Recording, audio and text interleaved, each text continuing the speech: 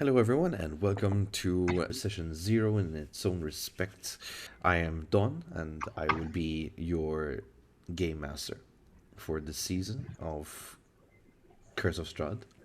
So, anyone who's watching this and is brand new to the Witcher system, it's quite deadly and quite realism, a bit gritty from time to time, but it's still pretty awesome as a system in my opinion. I'm a bit biased here because it is my top number one system. So we have Ashton, who is playing the Witcher, named Ragnar Carden. Yeah, Awesome.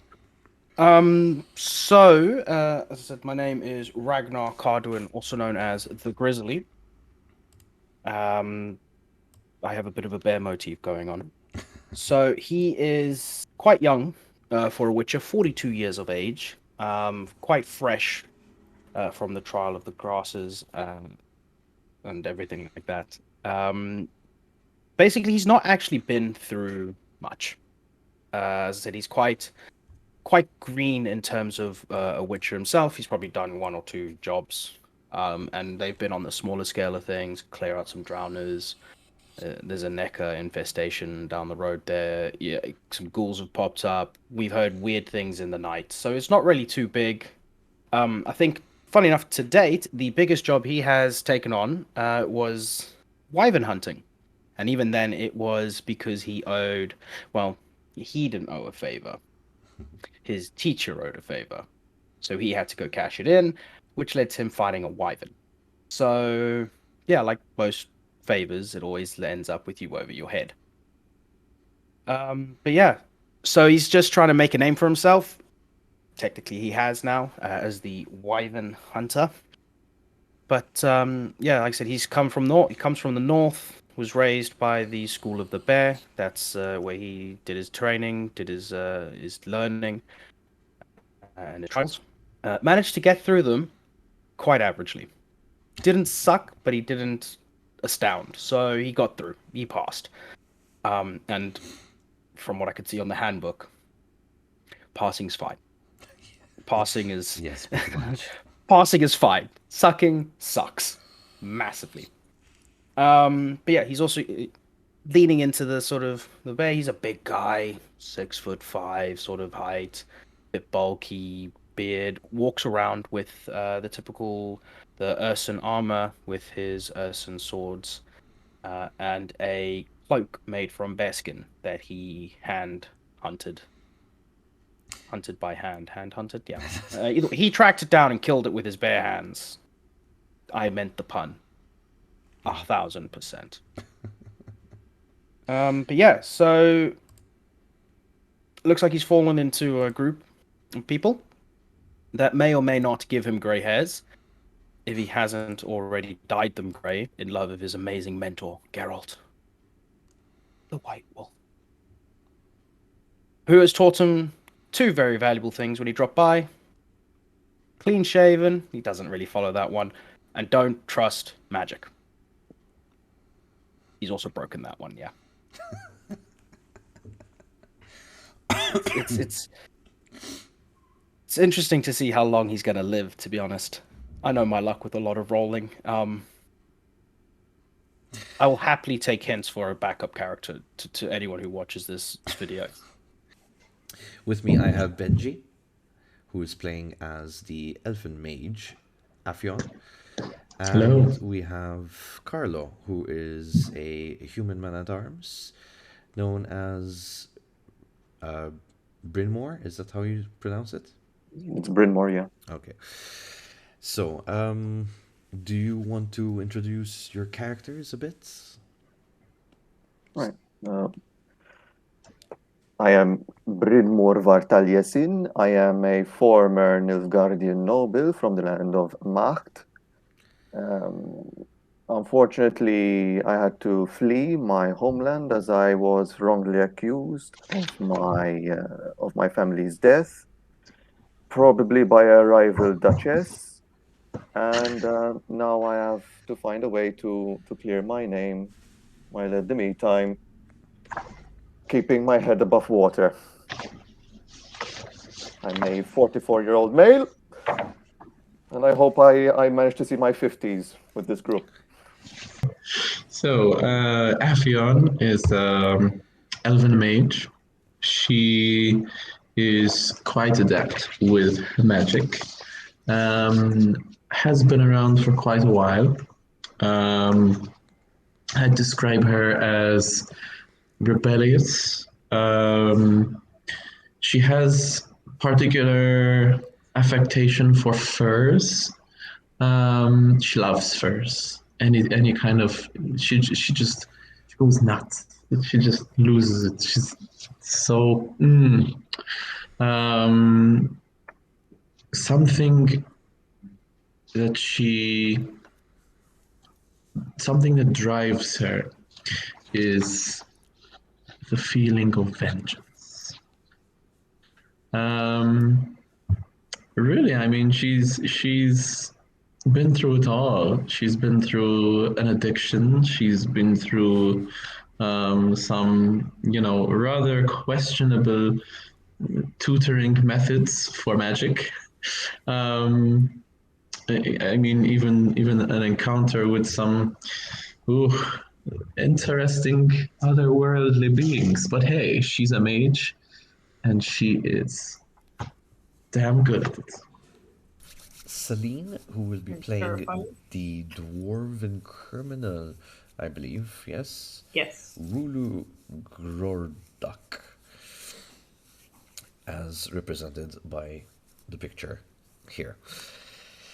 So, just a quick introduction. Can you tell us a bit about Wulu? So Wooloo is old. You can see that.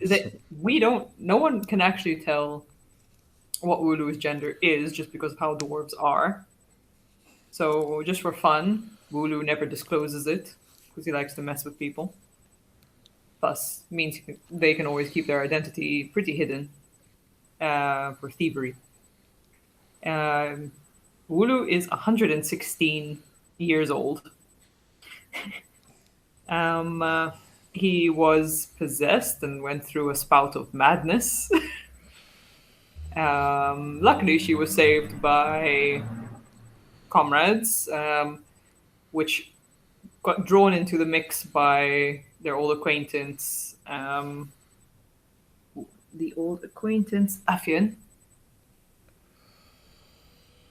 And now that they are free from the madness, we are here. No, now that Wooloo's back to their old self, they're a bit more stoic and serious. Typical Garth Malone type grumpy old man vibes. Without further ado, I just want to introduce a situation that's happening right now in the continent. Alright, so the situation follows as such. In the recent last few days, the continent has been having weird occurrences of this mist coming out from woodlands, especially. During the evening and the dead of night, this fog would appear coming out, this kind of mist, if you will, from the tree lines, from forests and such. It is an unknown phenomenon, which those of the scholar backgrounds are thinking that this is a drastic temperature drop during the night, and the cold air is coming strong from the east, from the Fiery Mountains to be specific, is causing this kind of big condensation, and there the fog kind of makes its way out of the woodland. Some are saying that this is a magical occurrence that's happening, as those who venture into the mist never come out. People speculate a lot of things, be it bandits taking advantage of the situation, or perhaps even monsters themselves. No man's land is dangerous without the cover of fog and mist as it is, and now even more so. Within your travels recently, you have noticed that on notice boards there have been plenty of contracts that immediately you think of witchers. This means one thing for you. Work. Finally. At last. Be it as you will, there's going to be work coming soon. and your luck happens to fall upon the notice board that you just passed in this very shabby looking village. We will be playing your side of the story first. You are currently very close to Vizima. Now, while you're not in Vizima, you're more in the, meadows, no man land kind of section. Werewolves in the mist. You heard these dreaded words spoken in and again by farmers as you are on your way to Valin. Merchants and adventurers alike speculate that such a lycanthropy curse wouldn't really be something that is as common. However, at the fall of the full moon, it would have seemed that the howls are not that of wolves, but that of a mischievous creature looking for nothing other than blood. You've heard this sound. However, you would not dare venture into the mist just yet. This contract might give you an excuse. As you tear it off the notice board and put it within your cloak, you look for the person who has signed it. You find yourself in front of the Foxy Inn. As you come close by, you can smell the ale already coming from behind the door. It is not loud at all inside. There is a hum of music, so a bard must be here. What do you do?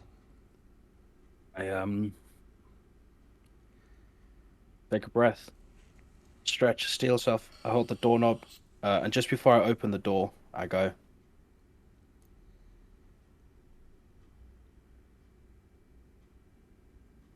Just smelling booze and no other particular sense.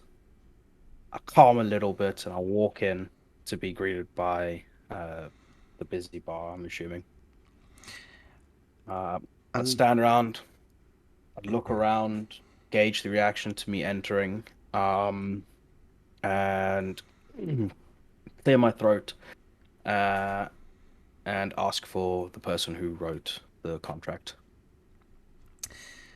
The barkeep lifts his head from his from where he's sitting, and quickly brings himself on his feet.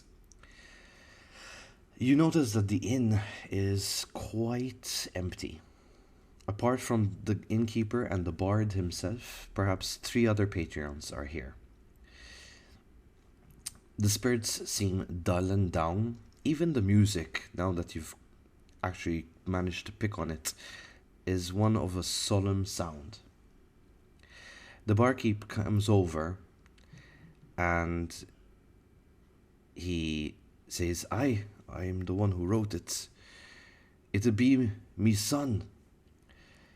Little prick ran off. He's supposed to be taking over this business very soon. But it seems like the mists have cursed us. Cursed me. Please, I'm willing to offer you 500 crowns if you bring my son back.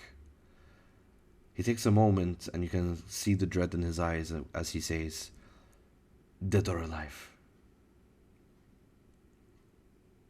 That's a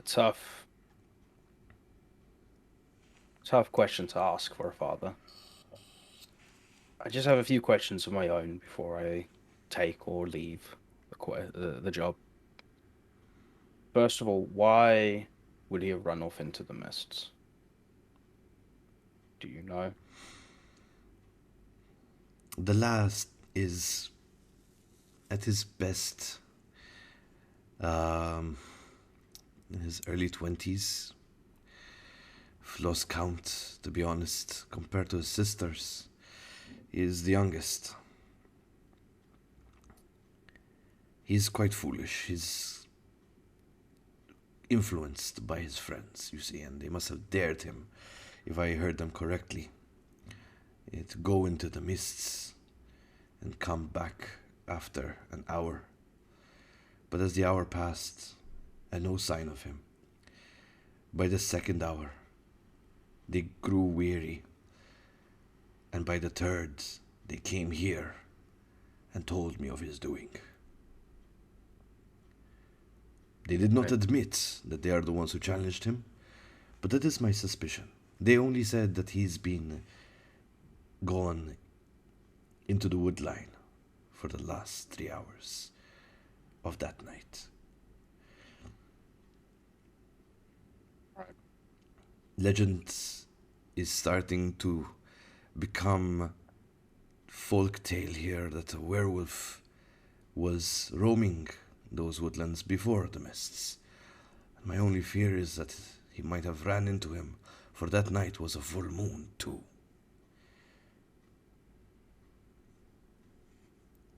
So, maybe. Okay, I can add a werewolf to my belt. I've done the studying. All right, I'll take the job. I'll find your kid, dead or alive, and I'll bring him home. I just have 2 questions. One is a favor almost. Could I please get a piece of your son's property, clothing, anything that he would have used frequently that would have his scent on it? I have quite a sharp sense of smell. It might help me in narrowing down areas to look. And secondly, I'd like a word with his friends. The innkeep nods and he said to you, I'll go over to my cabin, which is just behind here. In relation to his friends, it's those 3, the only 3 in this place. And Thank you. he looks over to them and is like, make sure the bard doesn't steal anything, will you? He's been eyeing the register for quite a while now.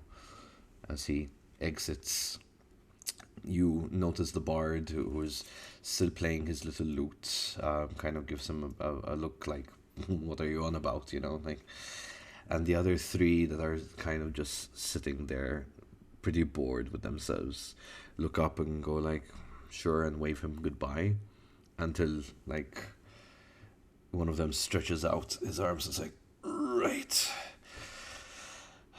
If I heard you say, well, you want to talk to us? Yes, I do. I go over to them, and I sit down at their table with a sort of a bigger, the sigh of a big man saying, "I just."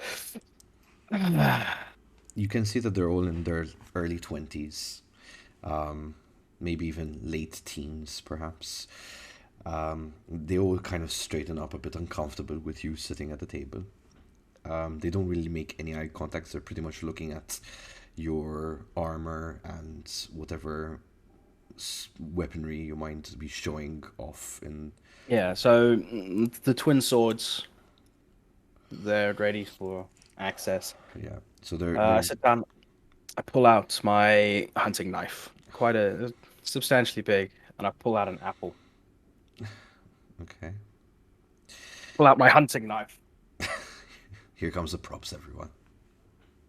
It's blunt. Before I get shouted at. Ah. And I start cutting a bit off the apple for a few seconds of silence as I like peel the apple slowly. You have letting them sit in their uncomfortableness for a few seconds, just. Yeah. In front of you, you have the ginger. He's pretty ginger. You can see that he has a baby face going on, like the few hairs on his chin doesn't really make him a man yet. You have a blonde individual. He looks like he's the oldest. He looks the most uncomfortable of them all. He's kind of just upright, like trying to stay comfortable on the stool as much as possible. And he's the one that's currently like eyeing your hunter's knife, cutting the apple the most. And then you have this dark-haired individual. He has a pretty decent set of facial hair. It seems like puberty might have hit him early, but you can see that he's pretty young compared to the blonde dude. They all smell like they haven't showered in about a week or two. The smell of sweat hits you. You can also see the stained armpits from now starting to restain themselves in the panic, as they stress sweat. They don't say anything to you. They're just eyeing you at this point. Very uncomfortable that you've already shed your knife, your hunter's knife, despite that it's being used against the apple. They say nothing. Apple's peeled, and flip the knife. I stab it into the table, and then I kind of crack open an apple. So, I hear your friend went missing, and you waited a while before coming to tell dear old Dad. Why'd he go into the mist? He's mad. He just told us that he wanted to show us that there's nothing there. And it is, as they say, that this is just a combination of cold and hot weather from over the mountains. Okay. This is the ginger guy talking. Okay. Thanks, little one. Now, Dad seems to think you three might have, what's the word? Goaded him into going into the forest. To see if he was brave enough or stupid enough. But you guys, you got to stick with the. Oh no! He went of his own accord, right? You're gonna stick with that one. They all kind of look at each other, but mostly look at the blonde dude, and who's the one who pretty much like clears his throat uncomfortably, and is like, yes, we're friends. Why would we goad him into doing such a thing? Oh, you're all young. Being young. Well, I don't personally know that much about being young and stupid, but I know about being young. You want to prove you're the boss, right? You want to prove you're important. And I find it almost a little funny that you have like direct eye contact with the blonde and point him. Seem to be the mouthpiece now. You see a sweat when he's break not down. here. I have a feeling this is a new position for you. A newfound sense of leadership. Now, a lot of people will do a lot of stupid things to a lot of people that they either know or don't for a taste of leadership, a taste of power. And sometimes power can lead to very bad things. And as I say bad things, I'm going to point down to one of the apple pieces, and I'm going to cast a light sort of, Igni, how he lights a candle. I'm going to do that onto like the apple skin that's sitting in the center table, like set it on fire. Sure. Kind of different, power is great, but it hurts. So tell me the truth. It will stay between the four of us. Did you tell him to go into the mist? You notice that it's rather silent. And it only occurs to you now as you hear the voice behind you say, poetic. You notice that the bard had stopped playing completely, and you hear the quill against paper, scribbling. If you look over, you see him like, that's just poetic. I will look. Is he still in the same place? Has he tried to like edge closer to the Oh no, counter? he's literally Same place. Yeah. The dark-haired one, you notice as you talk, he slouches and slouches and slouches, and eyes to the floor. Eventually, he kind of cocks his head over to the blonde guy, and he's like, "If it's between us." The blonde guy puffs his chest out, for a moment, to show who's. And he just I looks see down the little puff. Yeah, And I straighten up a bit. I don't even puff out. I just like sit straight because I was crouched over because I was like leaning in, and I kind of lean back and he kind of feels you do that, and he goes, and he kind of slouches us again. It's like, well, fine, but he feels frustrated that his companion has kind of given it something away here, and it's like, fine. Look, I'm to be wed to his sister, which means this becomes mine. And to be honest with you, he's not exactly the sharpest tool in the shed. We were just joking around, and we didn't think anything of it at the time. Little did we forget that it was full moon, and we told him to go in there as a challenge of his bravery. Yes, true, but we didn't mean any harm. It was just, child's play, if you will. Okay. Well, now that I have a better idea of why he went into the mist, my follow-up question is, where exactly did he enter the mist? There's only one way we go into the woods, and that's the safest route. You keep heading over the docks, and you pass the swamp area. Eventually you'll come across a sign that pretty much gives, it's recent, it gives out the warning of wolves from there. Over the docks and into the swamp. Okay. It's the safest route in. Others Thank you. are not so safe. Okay. Now, thank you for being honest with me there. And like you said, it's easy to forget when there's a full moon. It's not like it stares you in the face or anything whenever you look up into the sky. You hear the bard laughing behind you. One bit of advice. Take it or leave it from a traveling witcher. Secrets hurt more than they help. Either come clean to your betrothed, or come clean to the barkeep. But you need to come clean with someone.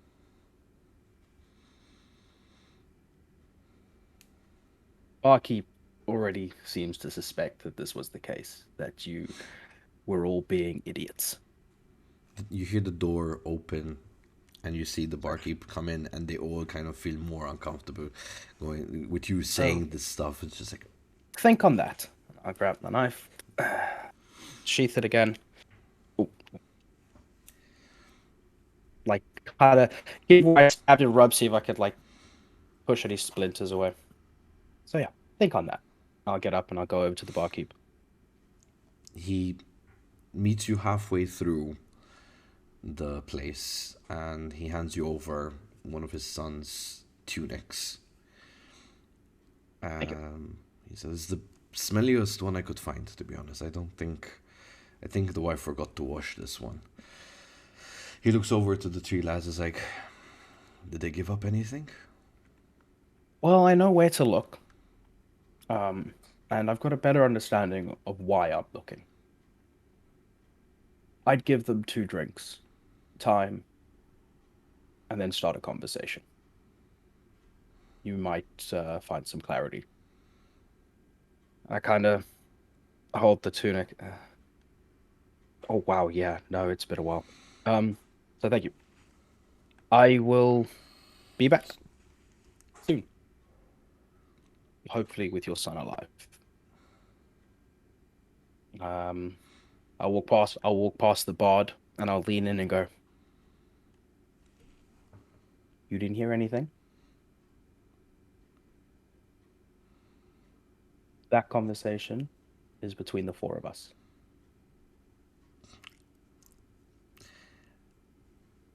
I was mostly interested in the whole, Awesome. poetic parts. Yep. Nice. Anything else doesn't matter. Can I catch your Got it. name? Because it would be rude of me to take credit of this. Ragnar the Witcher. Your music's good. I'll toss him a crown. Thank Keep you. it up. And I'll leave. And start making our way to the swamp where the kid went missing. Within your travels recently, you have noticed that on notice boards there have been plenty notices about missing people that have gone into the mist. They're asking for any assistance possible to go and find these people. While you yourselves are not exactly adept for such a task, you can't help but smile and think to yourself of the Witcher you met in your recent encounters. The one from the School of the Bear. Bringing you to a more present situation, Afyon has received an invitation from the Duchess of Tucson. Okay. The Duchess Morwen has sent a personal invitation inviting you over to her estate. Now, you are no stranger to Tucson. You know about the type of courtship that is there. Very famous for their wine, specifically. So, with haste, you make yourself to the town's defenses. In relation to the Duchess herself, the Lady Morwen is a friend and benefactor to your school of mages in specific. Now, obviously, your school is not exactly one of the higher mages hierarchy, so it's not of the known schools, but nevertheless, Lady Morwen has always showed interest. So, you're quite eager, I would say, to meet the Duchess. Brynmore, you have also been summoned by the Duchess. However, her your skills in particular interest her. Not that you have ever made acquaintance with the individual in your past. She's heard of you, however, and your recent endeavors and trials, and thinks that you might be fit for a job she has. Mainly to overlook the feast that she has prepared for her guests. At the moment, there's a cool autumn breeze that blows through the streets as you make your way to her keep. What is that sound? Sorry, it's like I'm hearing. Anyways. Fast forwarding straight into the events, you both dine on hot, spicy soup and tenderly cooked pheasant. You can tell that the Duchess seems more out of sorts than usual. Then, a pal comes over the occasion as she voices her concern about a particular situation. Afyon in the situation is close by, and She is mostly talking to Brynmore. I'm afraid I've brought you here specifically to bring your attention to these vagabonds that have made camp outside of Tucson. And you recall that you have seen a couple of people with their wagons that's made camp there or inside when you were coming into Tucson. They're a nuisance, Brymore. A nuisance, I tell you. And since they've been camped there for quite a few days, I'm asking you to deal with this in a way to either get them to leave, or I have enough mages here to set their wagons ablaze. And I'm pretty sure that they would do it for me. I've decided that they should leave before dawn. So, if you do not mind, right after this festive evening, I ask you to go and sort this out for me. But of course, madame, to be only be a pleasure. I simply ask, have the Knights of Beauclair not been able to deal with the rabble? I find it quite peculiar that you ask this for the simple reason that they have been probably either threatened, hexed, or charmed away from these campers. By vagabonds? I know. Quite odd. Have you spoken to any of these knights? They mumble something along some song of sorts. Others have an incurable itch. The ones that were threatened, well, they saw the gallows. No one fears more the Duchess, and I made sure of that. I slowly shift my eyes over to Afion. Did it remind you of something?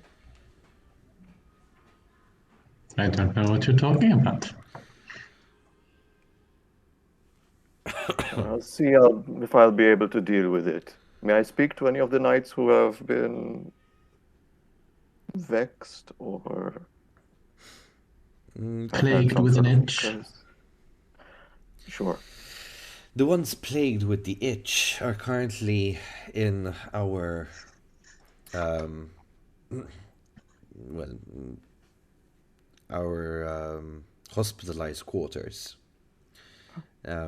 You can go and visit them there, should you wish. It's up to you. In relation to the ones that have been charmed, I've had many people try to uncharm them, and it seems to no avail yet. So you might not actually get anything out of them. Nevertheless, I'd like to speak to a couple of them. I think a good soldier-to-soldier talk doesn't solve many an occasion. I must say, you've made reference to, or you've made eye contact and direct conversation just now with Afion. How do you know such a mage of her esteem state? That's a long story. One I would be more delighted to hear about when you return. Of course. And she kind of gives one of those really like sassy looks to Afion, like, how do you know such a peasant kind of way. It's like Peasant. And the look that Afion gives back is like, beats me. I don't know why he was there.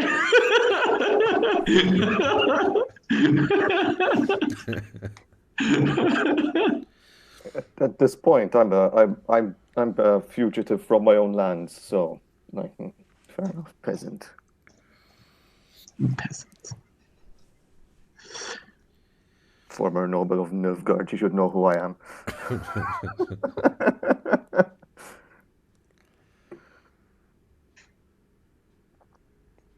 So, may we have someone direct us towards your men? Yes. However, as she reaches into her like very elegant purse-looking thing that is hanging with quite an expensive-looking piece of string. The make is quite one that catches the eye, and she reaches inside of it and hands you a scroll with her seal stamped onto the wax. She passes it over to you, Bremore, and she adds, "This is just in case you are questioned under whose authority you are banishing these vagabonds. You make sure to use it and, you know, show it around as you will." Understood. You wanted to see which quarters again? Well, you mentioned the quarantine or hospital quarter to visit the ones ailed with an incurable itch. Ah, right. And you also promised to take us to the people who seem to be so well hexed that not even your greatest sorcerers were able to release them from it. She cocks her head over to one of the standing guards, and she makes a gesture. As he comes forward, he is leaning forward, and she kind of whispers something into his ear, and he kind of nods. He looks over to you, and he says, "Follow me." And he just starts walking into a He'll take his specific lead. direction. Aphion says, "I do have some experience with this itch you mentioned. I might actually be able to come up with a respite for these inflicted." Well, seeing that elves are few and rare, I would imagine your sorcery is of a different nature, and I'm kind of counting that you would be able to do something about this. So it pleases me. Yes, definitely, Aphion, if you could help me. Of course. I will see to it at once. Okay. Do you follow suit behind? I do follow suit, yes. All right. So the guy escorts you outside of the estate, the villa, basically, where you're at, and crosses a few streets down, and you enter into this hospitalized building, and you can hear the basic people, like the ones that are currently ill with something, coughing on the side and all that. And on further back, where it seems to be sectioned off by white sheets, he crosses over there and he kind of points to you to walk in. To both of Very us? much, good sir. Yes. Before he walks in, I sort of lightly grab his shoulder to sort of turn him around. Right, so I would need, let's see, let me think. I need scleroderm, I need fool's parsley, and I need bryonia. Yes. How many did the Duchess say were afflicted? Were you paying attention? She did not tell me. Bring at least 5 units of each, and we'll manage to heal at least 5 of the afflicted, and we'll see if there are any less or more, and we'll see what we can do. Be a dear now. Run along. And she walks in.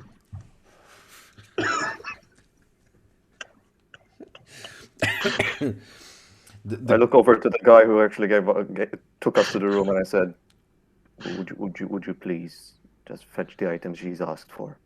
I'd rather not deal with the headache. And then I follow her in. The guy looks a bit like okay, like, and heads out.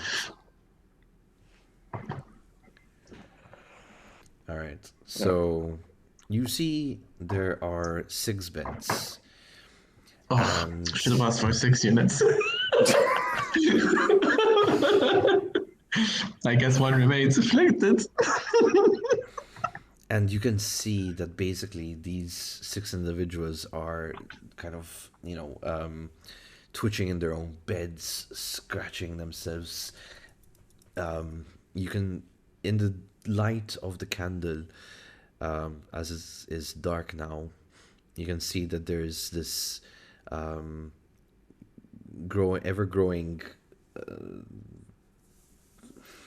How do I describe it? Like pimples, but bigger. With pus. With pus. Baubles. Yeah. So.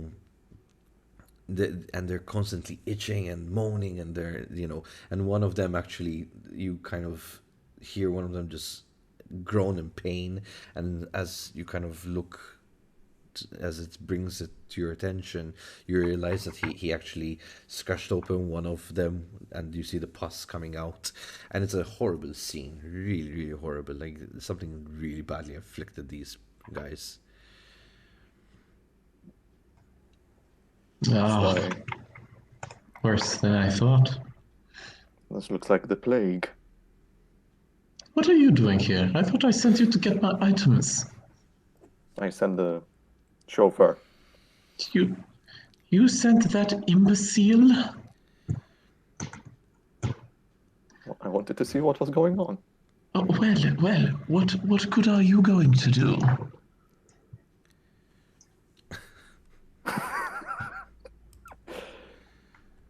We'll see. Just start Yes. with what you need. Yes, well, I can't start until we have the units of Scleroderm, Foolsparkling, and Bryonia. What else can we do? Can you at least confirm that this is something related to your magics? Oh, yes, of course. Let's have a look. And she Or goes is it to actually the plague and we need to be in a quarantined area? She goes to inspect a bit to see whether it actually is what she knows to be the hex known as the Eternal Itch. Give me a magic roll, please. Magic knowledge. Magic knowledge. So how do I do that? All right, so let me make sure that's what the skill is actually called. Hold on. Character sheets. So. Oh, it's a magic. Yeah, I know which one you're talking about. I know which one it is. Okay, so do you have hex weaving actually? Sorry. I do, yes. All right, so hex weave. So you roll and you add your hex weaving plus your will. My roll plus my hex weaving plus my will. Yeah. At 19. At a 19, you quickly examine the closest inflicted person, who seems to be less fidgety with himself than the others. With a quick examination, you immediately notice, yes, this is the hex known as the Eternal Itch. So your examination is quite right. You also know that the danger of such a hex is quite low. So it's more a nuisance more than anything, but this looks quite severe. I'd like to. So basically, I looked at it. Just what he can see, okay, is I move forward, look at it, and a couple of seconds back up, just go, yes, it is, in fact, what I thought.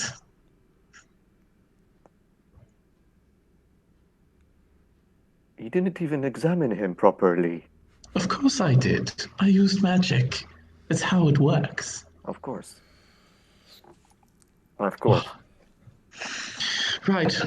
This is so. Where's the what did you call him? The usher. The usher, yes. Where's the usher? You hear shuffling of feet walking into the facility and getting closer and closer as the white curtain is drawn back, and you see a woman holding up one hand, holding up a hanky against her face, and with the other she has a small basket with the items that you requested, and she curses like, in the name of Melitele, what do you need these for? This is what is going to what's the old timey word for cure? Perhaps Something we should that. use the word cure for now. Okay, fine. But I still want the old timey word for cure. Looking up old-timey words for cure. Give me a second. This is what's going to cure their ailments. Now, is there anywhere I can light a small bonfire? She points across the room, and there's a fireplace that is not lit. Oh, wonderful. Let's see. Oh, that's cure is the word. No other word for it.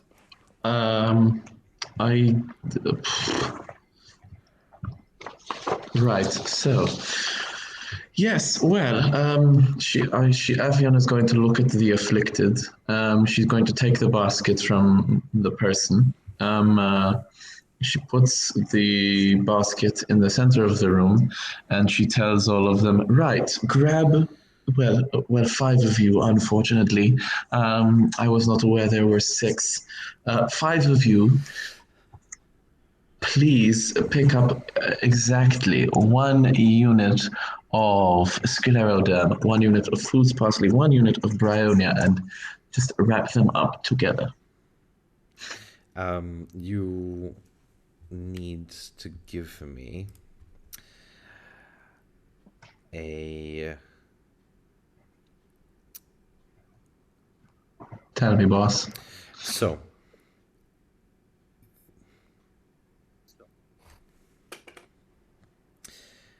I would say you would need to be a bit more persuasive with these people. So, let's go with persuasion plus empathy. Persuasion plus empathy. I don't have a lot of that, but okay. I mean, scarred as you are.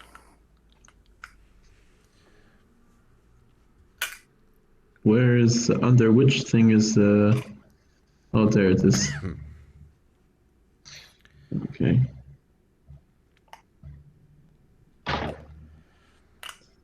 Okay, so that's where's persuasion? It should be underneath leadership. So Should. So it's charisma, deceit, fine arts, gambling, grooming and style, human persuasion, perception, leadership, persuasion. Oh, persuasion. Yeah. So that's 9 plus. Oh, it's an 18. 18. Many of them shift over, and they, with the itch, they desperately go over to the basket, and they start going. Since there's 6 of them, 2 of them fight amongst each other to actually reach out for the last bit.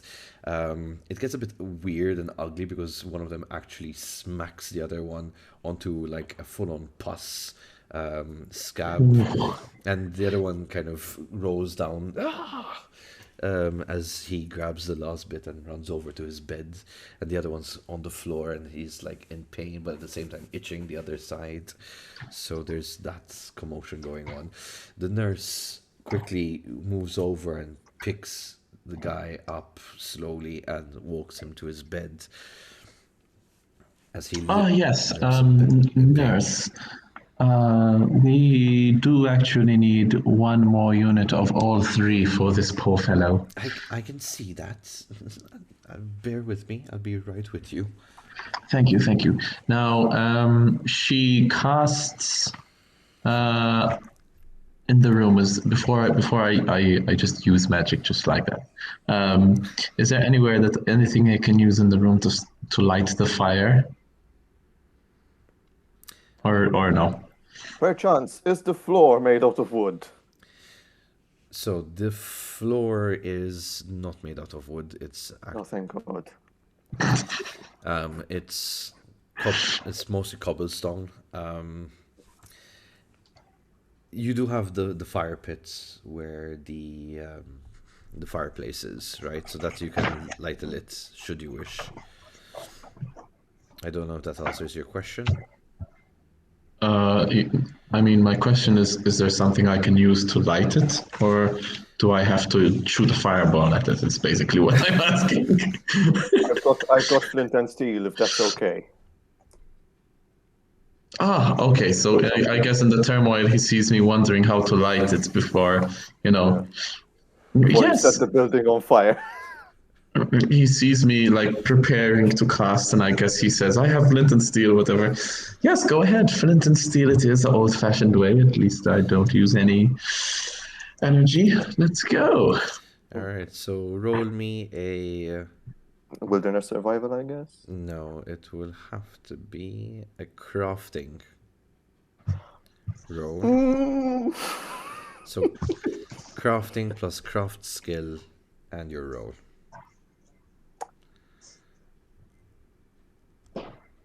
Oh dear God. Alright, so I've got a crafting of 3. I don't have any crafting skill, so Okay, roll. let's hope for a 10. I got an 8, so that's an 11. An 11. So you take a while to actually set the damn fireplace on fire. It's giving you a hard time, but eventually you get it going. You start going, blowing in and starting the little fire. For you, this looks like it's taking about a good 10 minutes for him to get it going. Oh my lord. Oh, It's damp, give me a moment. heavens help us. Right. Okay. It's done. I see. Took you. Just wait a for the while. nurse to come back with the rest of their supplies. You'll be Yes. fine. Oh, she's been here for 9 minutes already, darling. Oh. All right, so Okay, right, everybody, if I can have your attention, this is going to have to work very fast. You have to listen very carefully, and you have to repeat the exact words that I say, or else you'll be cursed with this infernal itch. Well, eternally, I guess. So, you must, with your bundle of herbs, light them up in the fire. All right. Crumple the burning ashes onto, well, your afflicted areas, and recite these words. And then she repeats like a few words in okay. what's that? That's Elvish. Is that? I guess it would be Elder speech. Elder speech. Yeah. And so she recites these words in Elder speech and says, I guess she keeps repeating them so that they can get the gist, you know. Okay, so there are 6 of these guys. Let's see how well they're gonna do. Oh no. So the first one does as you say, he burns the thing, gets the ashes. As he's rubbing them on his afflictions, he's trying to say the words, but he's mostly mumbling, and as he's kind of rubbing, he's itching along the way, and nothing's happening, and he turns around to everyone like covered in soot, and he's like, this is madness. It's not working. It's not working. As he itches, a bit more drastically. The one next comes up and is desperate at this point. So he goes ahead and he does a bit better, and it starts working. It starts soothing as he starts saying the words. The third one goes on, and actually seeing how the second one did better, he kind of got the gist of what's going on, and he's doing it, and also the affliction starts to go down. The fourth one as well did pretty well. Fifth one also. And the last one catches himself on fire. misunderstanding the misunderstanding the process that you explain and his itch. He literally throws his stuff into the flame, and he pretty much grabs whatever there is that's on fire and rubs it against him, and yet he's screaming out the words that you told him to do. He starts running around as you see his skin just taking in first, second degree burns. The nurse running after him, like, stop moving with a cloth and trying to pat him down. The first one who didn't get the thing and is still itching really badly, he tries again in the commotion, and he actually succeeds. Now that he's heard it, 4 times better than his own. Looking very Question. confused at the guy who's running around. Yeah. Has the nurse managed to catch the person that's running around? Yes, she has finally kind of Thank God. flung her with her whole body around him and held him, trying to put out the flames. And they're currently swaddled on the floor as the guy is Big just spoon. still, heaving in pain. Well, I'm glad that worked out for. You know what? Actually, we should have just stuck with the 5 units in the first place, shouldn't we have then? Yes, I think so. Probably. That 6th one, a little bit over ambitious, I would say. I mean, I was right the first time. Very rarely wrong. To be fair, he won't be suffering from an itch anymore. That is true. That is Off. true. Right, so I guess my job here is done. The armored individual that was the one who escorted you here has been seeing the whole process from afar, and the only time that you actually realize is now that you're exiting the building. He reaches to his side to a small pouch and he hands it over to Affion, and he says, "From the Duchess." As you open, Be sure to give her my thanks. if you do open the thing, you see I that do. there's 150 crowns sitting. Ooh, very nice. Let me get a pencil. Damn it. You know what? Let me just track this on the computer. 150 crowns. In the meantime, I'd like to try to engage in a conversation with those people who have not set themselves on fire. Please. Sure. We'll go on, so night number 5 first. Okay. He seems to be the least irritable. So. Good evening, my good sir. Are you feeling any better from your previous situation? Oh, much. Very. I do need a bath, however. This suit will not do. Ah, good bath always solves everything, don't you say? Indeed, master, indeed. I'm sure you know I'm not here for altruistic reasons. One can only be so sure until one says what is on their mind. You were tasked with running off a group of vagabonds by the Duchess, were you not? Aye, that is correct. The Duchess made us go to get rid of these, in her words, nuisance. Unfortunately, you returned with this predicament. Did you see anyone or anything do this to you? Yes, they are quite an odd set of individuals, very colorful. I think of them almost as if a circus. But they did not camp as such. Did they look more like nomads, perhaps? I would say they would look like nomads. Very colorful bunch. Odd in character. Can't even place where they might even be from. Never seen the sorts of them before here. Were you not able to pick up an accent, or are they speaking a different form of speech? They did have a different form of speech, none that I've quite heard from before.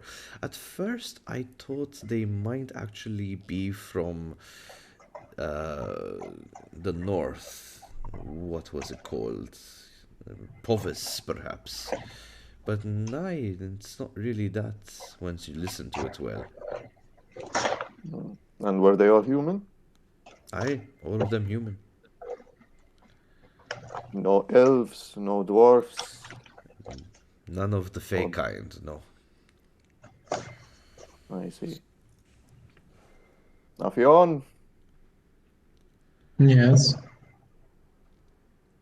would you be able to confirm what sort of language they were speaking if this individual gave you a couple of words? Possibly. I mean, he'd have to pronounce them correctly. My accent's a bit too harsh. I can't imitate it for the life of me, my lord. Unfortunate. Right. Were any of your other colleagues, your comrades, able to pick up from their language? The one across is eavesdropping on your conversation and he interrupts. It's like, it sounded a bit like this, and you can hear that he has no accent whatsoever. It's a pretty clear commoner kind of thing. He tries to interpret the accents, and he starts saying something along the lines of these night is full of wolves. It's the best I can do. It's the last thing I remember. Can I roll education to see if I've heard of or know anything about it? Yeah, go ahead. Yeah, I'd like to do that as well.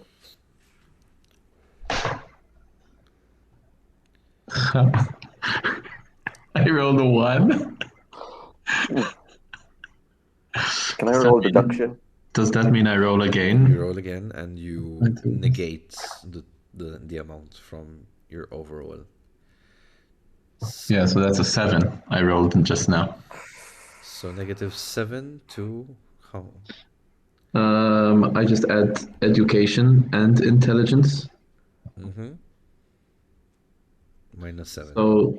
So that's 4. To you, it sounds exactly how drunken people sound. So you only assume that he's only imitating drunk people.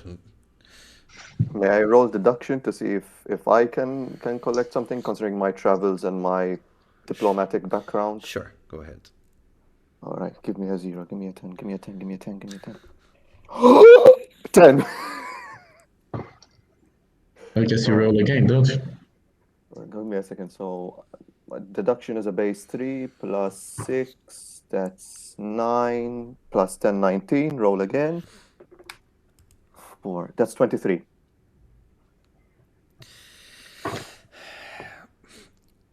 As he's interpreting the accents, the v and the pronunciation, you almost even ask him to repeat it one more time, just to make sure. And as you hear it one more time, something, there's this pit in your stomach, a drop almost. You've heard of such an accent. Not that you heard it yourself, but you've heard legends of this group of travelers that come from a different realm, not of the continent. These people can walk between worlds, so to speak. And when they show up, usually it means one thing. They bring with them some form of message. And the people who take on their message end up never to be seen again, simply because they travel with these people to another realm, to another world. So this migratory group grows in population by... So it's if the Catholic Church decided to go full-on nomadic, converting people on the go. In a way. Understood. All right, so But they are not of the continent. That is for sure. This much you know. You've heard legends of people that speak in this accent. They are not of the continent. I see that your expression tells much, but your mouth says less. Go on, do speak. What is this? for what I've heard of his accent, it appears that well, I don't want to jump to any conclusions. Well, jump to one. There are myths of a people who travel from realm to realm, or dimension to dimension, as you would rather say it. And with them, they take people to whom they spread a message. They do not stop in one realm, they travel from one to the next. But those who they take with them never return. They I cannot never say return. I cannot say I know any more. But other than that, This is interesting. Interesting indeed. We must inform the Duchess. And she leaves. Oh, she just exits back. Yes. And so, do you return back to the estate, sorcerers. Oh god! the villa? I get off my chair.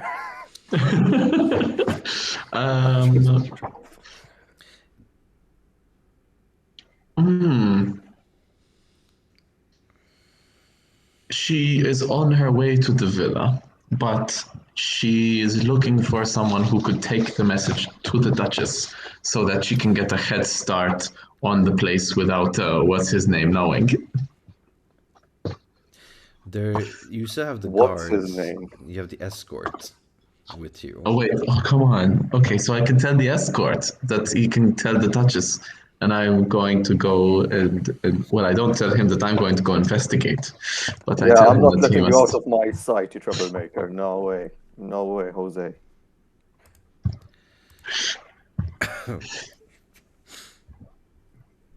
No. I thank the soldiers first before I quickly power walk away to catch up. All right. So in this case, it's going to be a contested situation. Yes. Afyon, you're going to contest with stealth and dexterity to see that you can actually manage to get out of Brynmore's sight. Brynmore, Okay. you would need to give me an athletics check and dexterity check to see if you actually catch up with Afyon. So my dexterity is a 9, my athletics are a 5, that's 14. What's his bonus? I got 18. I got 18 as well.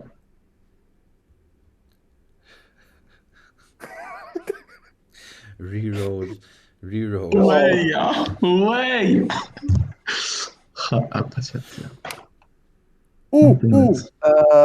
14 plus 9 equals 23. Yeah, I got less than that. So for a moment, you start making chase. Got a 13. Afyon almost came out. Afyon almost went out of your sight for a moment, but you quickly speed up and you catch up with Afyon with a bit of, not a fast pace at this point. You actually sprint to make sure you don't lose her, and you actually catch up. And Afyon kind of lets out a sigh of disappointment. It's like, You are really nimble for someone who wears full plate armor. How do you do it? Experience. Now lead on. Yes, well, I wanted to get a closer look at these interesting visitors and see what kind of magic they have for me to learn. It's not every day you find realm jumping people now, do we? I see. Up to no good as well as usual, you and your sorceress magics. No good. Why, I intend to learn everything I can about this magic, and for what you call the myth, Might I remind you that myths are stories, stories are history, and so this is fact. It's yet to be seen. For all we know, they're commoners who learned a few magical words and decided to afflict itching magic on knights of Bouclier.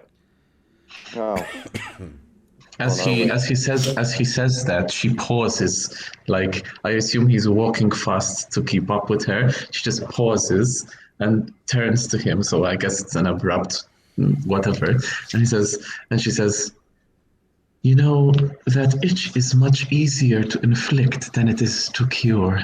And she continues walking.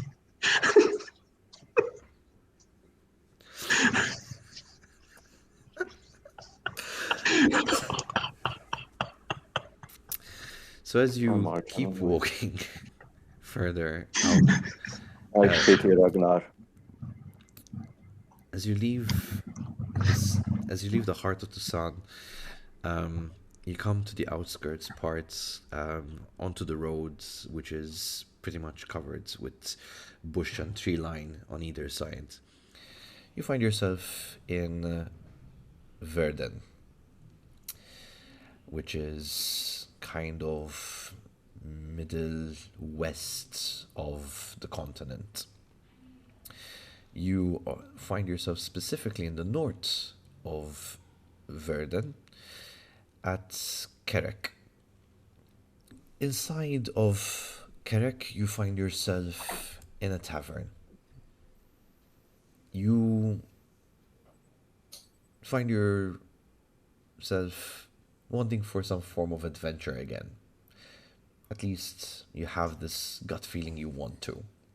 But anything that came by, you found an excuse not to join, for whatever reason, not to venture for it.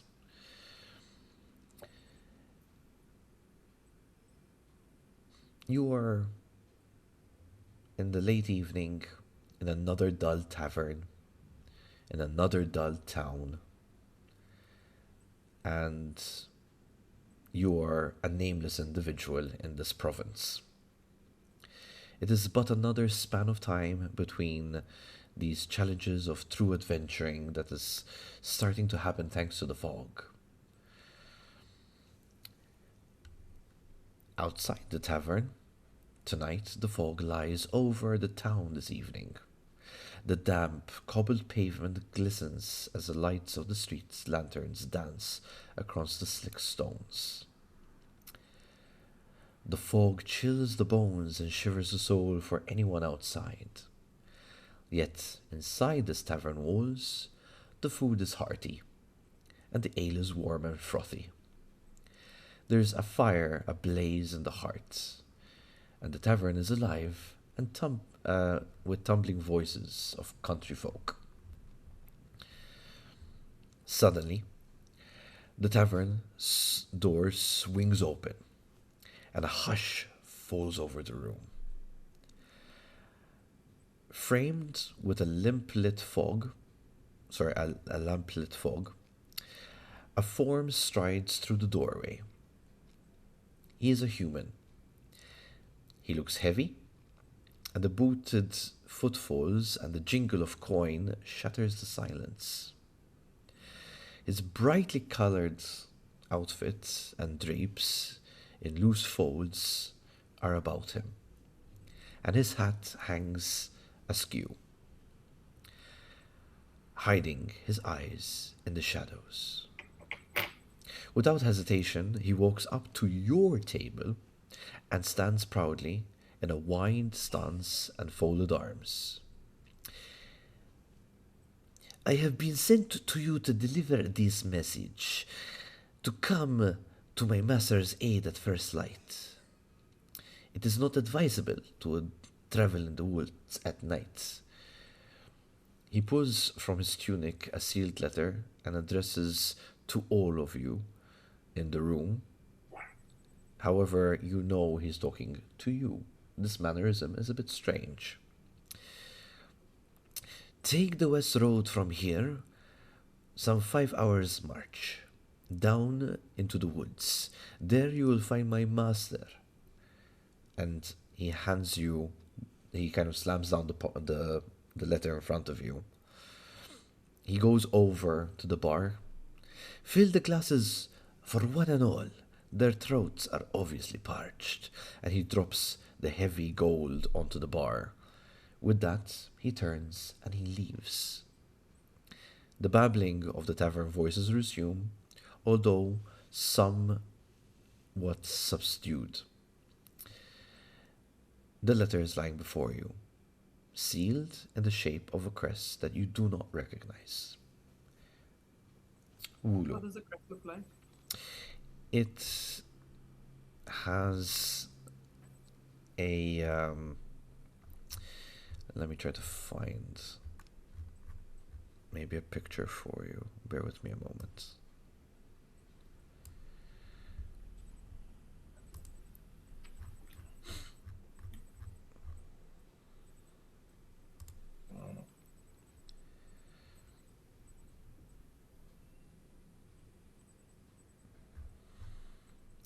No, unfortunately, the picture is not clear. However, it would seem, as you examine it, you would say it kind of looks like the front face and wings spread of a raven.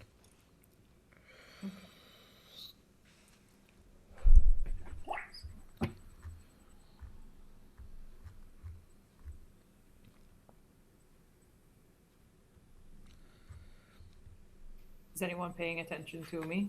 Like if I... No, they're making use of this free round of drinks that they just received from the stranger. So everyone's kind of going to the barkeep and taking their fair share from this generosity. Alright, I... as unassumingly as possible, open the letter. Okay. So, let me hold on. Okay. So,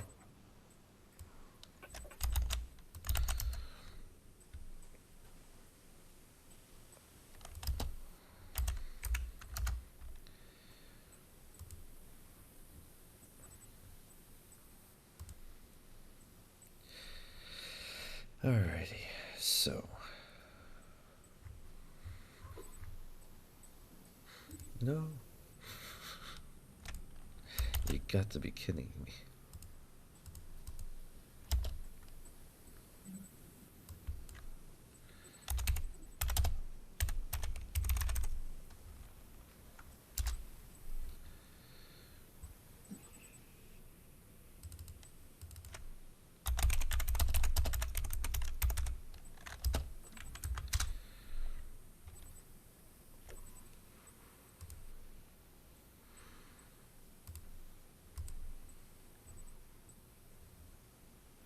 Here it is. Okay, I should be able to copy it. And actually, I can actually send you what the signet looks like as well. Okay. let's- You can send it directly to me on the Discord. Discord. Yeah. We're on the actual like chat for the Witcher game. Perfect.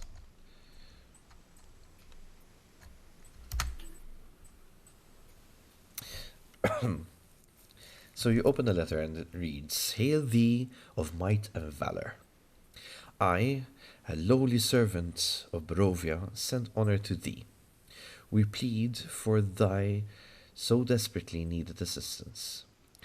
The love of my life, Irene Koliana, has been afflicted by an evil so deadly that even the good people of our own town cannot protect her. She languishes from her wound, and I would have her saved from this menace. There is much wealth in this community. I offer all that might be had of thee, and thy follows if thou shalt but answer my desperate plea. Come quickly, for her time is at hand. All that I have shall be thine. Kalyan Idranovich Burgomaster. I will also send you the crest, and maybe I'll even show it on screen. Ba, ba, ba, ba.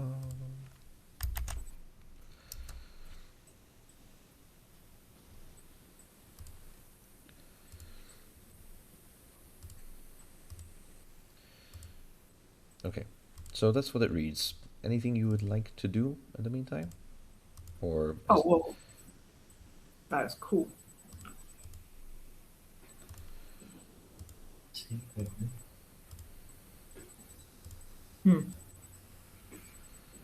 Thinking to myself. I got nothing better to do anyway. So I continue to enjoy my drink and my food, and I will set out in that direction in the morning. okay. It's too foggy to go tonight anyway. Don't want to waste a free ale.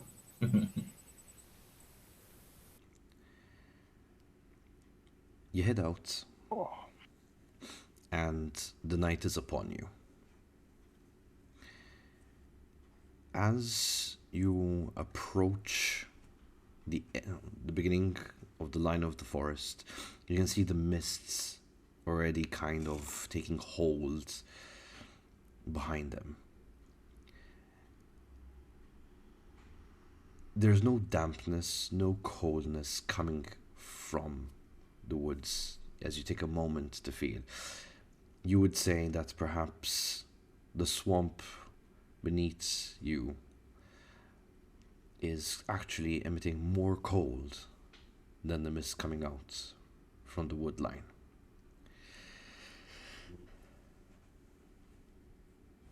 How do you approach? So I'll approach slowly, cautiously. Just as I'm getting closer, I will take out the tunic and take a deep breath, familiarize myself with the stench, kind of, oh,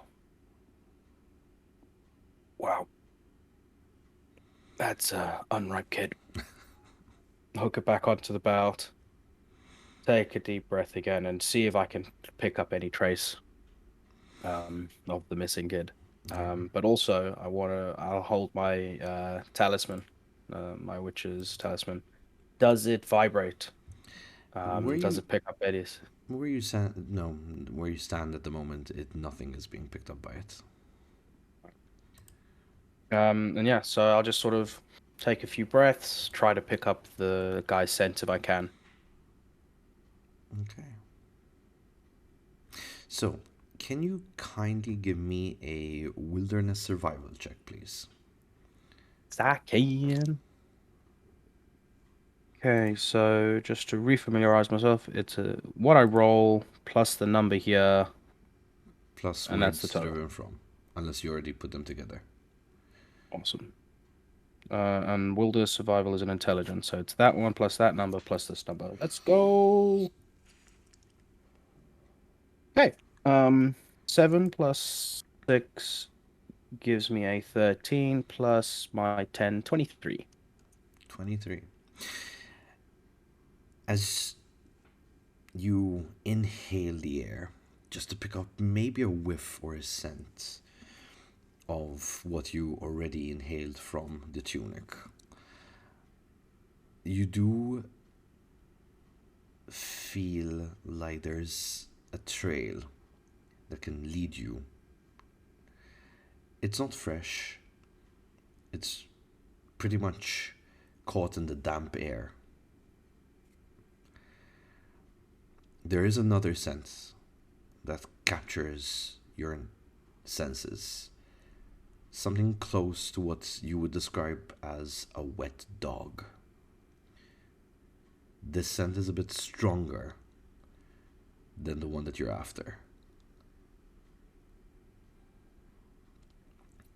Do you follow the tunic scent? Familiarity? Or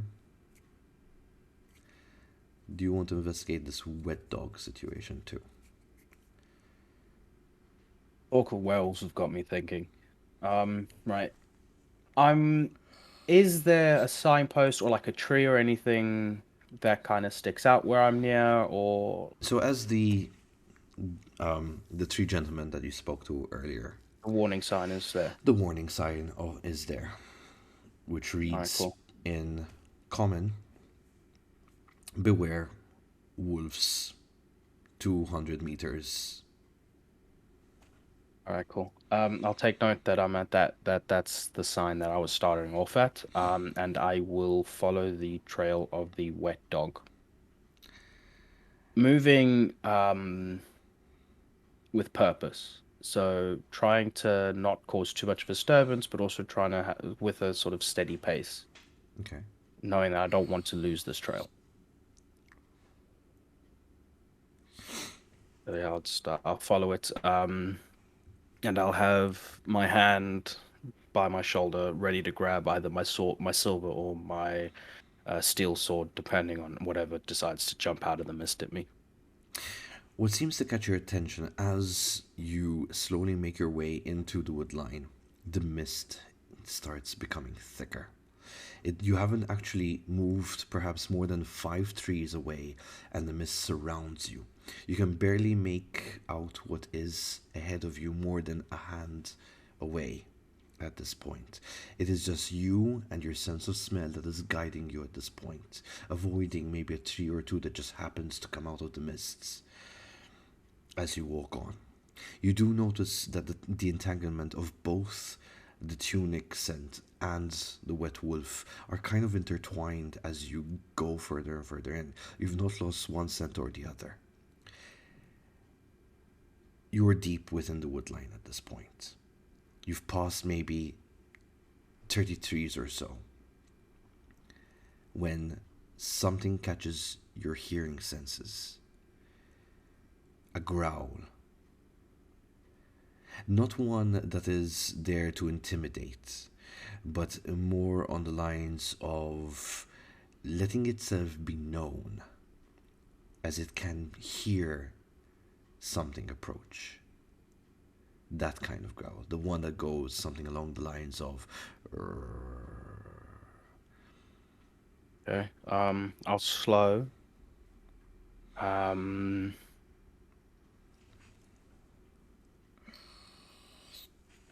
I'll be cautious about this. I want to keep following the scent, but I don't want to get into any fights that I don't need to with wolves or dogs. Okay.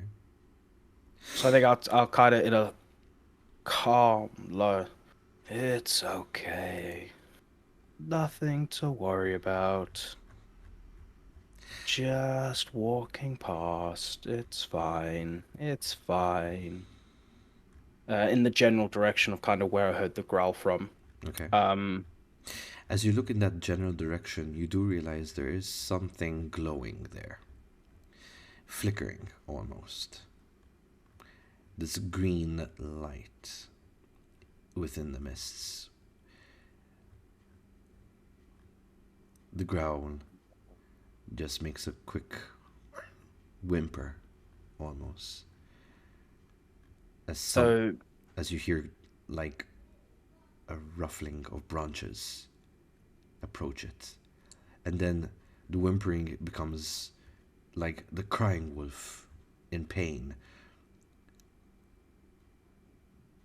And then okay. the glow dies along with the sound. A new scent hits your nostrils, the scent of drawn blood. And the wet dog sense has now grown closer. I will draw my silver sword. The green glow is a bit weird. So I'll draw the silver sword out.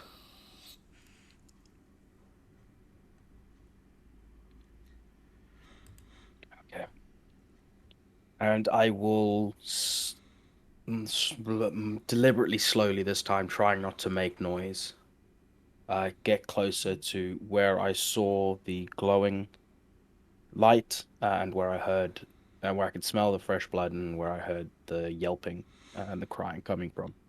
Sword sort of at the ready, my hand prepared to cast any signs if needed or anything like that, and just as I'm approaching, listening and smelling. You take about 15 steps in, and you notice that as you took your last step towards the section, the ground beneath you feels wet. And as you look down, you realize that in the hovering smoke of the mist, there's fresh trails of blood, pools of it even, but no body. I'll stop, drop to a knee, keep my head sort of looking around. I'll reach down, wipe some of the blood, so I've got it on my fingertips, and I'll bring it up, give it a sniff, and feel, is it still warm? Is it cooled a bit? It feels like it was warm, but it's turning cold to the touch, almost as if the environment itself has started to take effect on it.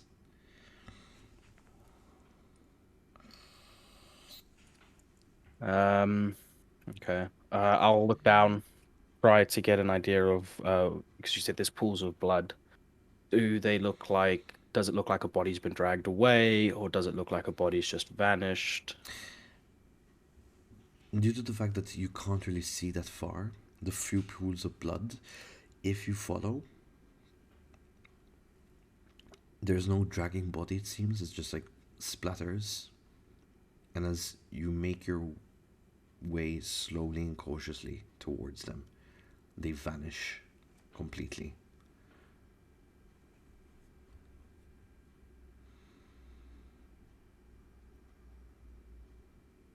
That's weird.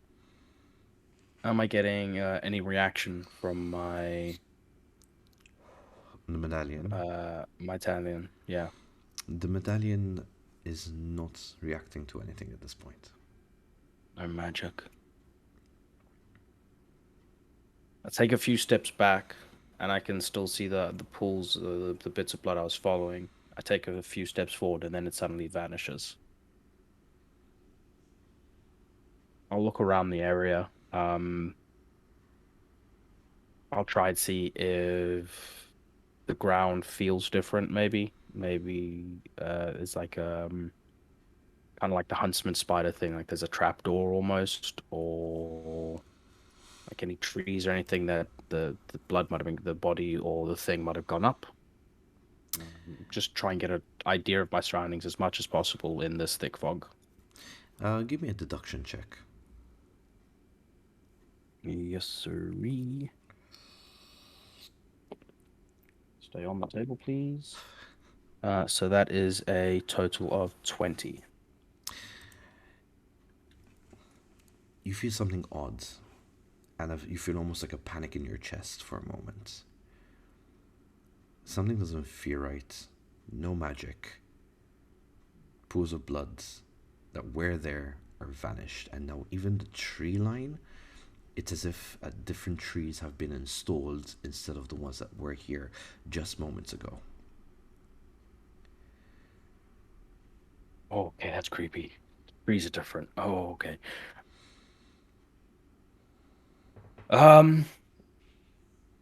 Bit of panic.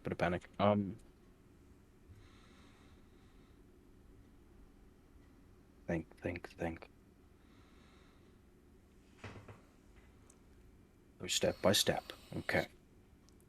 Rumors of werewolves and heavy mist coming in from the east. Werewolves could smell like a wet dog. Werewolves could kill.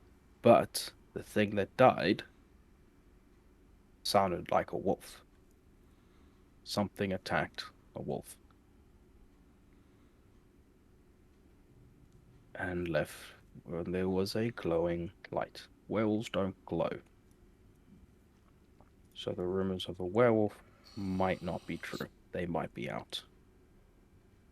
But could just as well be a werewolf. I'm coming up blank on how the forest could change though. Okay. He's gonna sit. He's just gonna try and remember anything he can about forests suddenly changing. He's gonna try and think about it logically. You know, okay, I followed blood, and he'll take a few steps back so he can see the blood, and he'll kneel down again. And I'll get another. So I'll rub it, and that's blood. Blood's real. Okay, but then I take 2 steps forward, and the blood is gone. Blood disappears. Trees change. Mist isn't cold. The ground is. Mist is thick, though. No magic.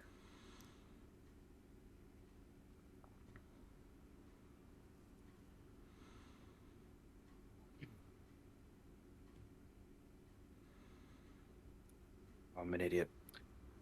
Hello? You hear your voice travel, but it seems like no reflection back. Lost into this wilderness. No echo. Straight out. As you kind of wait to almost expect someone or something to reply in some some way or another, you do realize that the mists are starting to die down. This time you can see further on, and you start to realize that the tree line is getting thicker and thicker around you. The mist is thinning, but the trees are seeming to get thicker. And more trees are popping up, thicker tree lines. Great. As the mist kind of almost being replaced by the trees back, the tree line ahead of you or around you is starting to thicken itself, like space between one tree and another as you look forward starts to become smaller and smaller. I'll take another sort of deep breath, because the wet dog scent, you said it ended when I heard the yelping and the cry, or it was very strong then. Can I still pick up the scent of the lost kid? Give me I say kid, young adult. Yeah, you can go ahead and give me another wilderness survival, just to double check.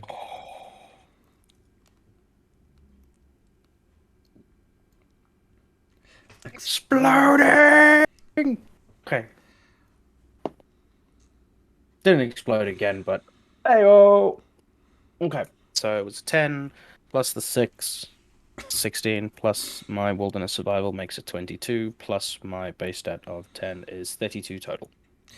It would seem like you would have lost it if you hadn't just turned your head and it hits you in the direction of the west. Given your current point, you know, you're kind of like off compass scent. It changed direction for you, but at this time you smell it clear and you can tell exactly where it leads.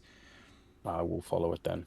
I suppose I probably still feel a bit panicky because of all the way the blood was all changing, but I'm trying to, like fight it back. Like, keep a calm head, follow the trail. Follow the trail. My sword is still drawn though. I'm holding on to that tightly. Okay. Wet dog smell ended in a puddle of blood which disappears. Find the kid. Let's find the kid. Okay. That way. And I'll start making my way. So as you make your way, the scent grows thicker and thicker. The one of the wet dog seems to get thinner and thinner in the air. So if you're moving away from it, the closer you move towards the scent on the tunic, or the one that's similar to it. Eventually, you come across in the distance what seems to be a disfigured and semi-dismembered body.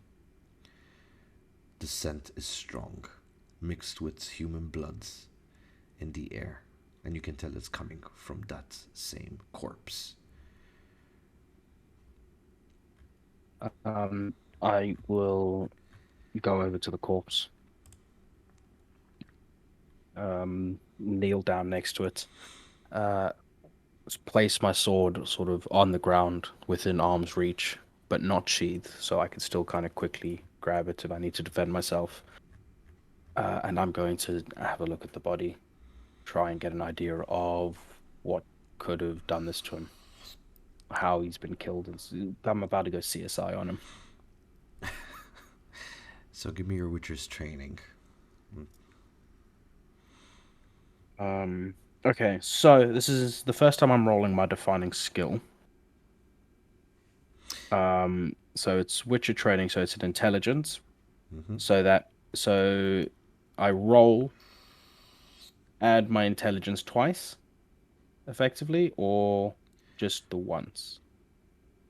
So you should have put points into this when creating your character.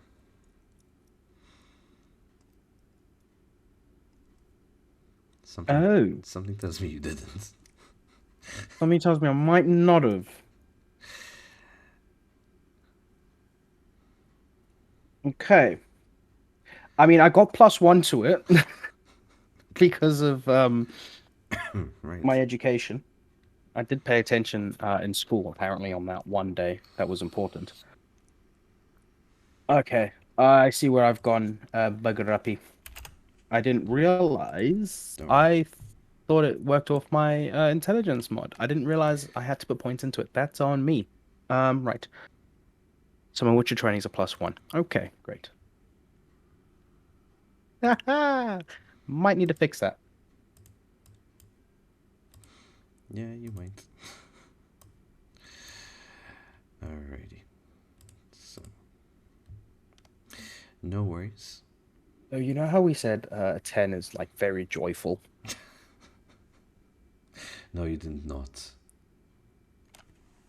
And how it just like crushes your soul. Alright, let's roll for the fumble.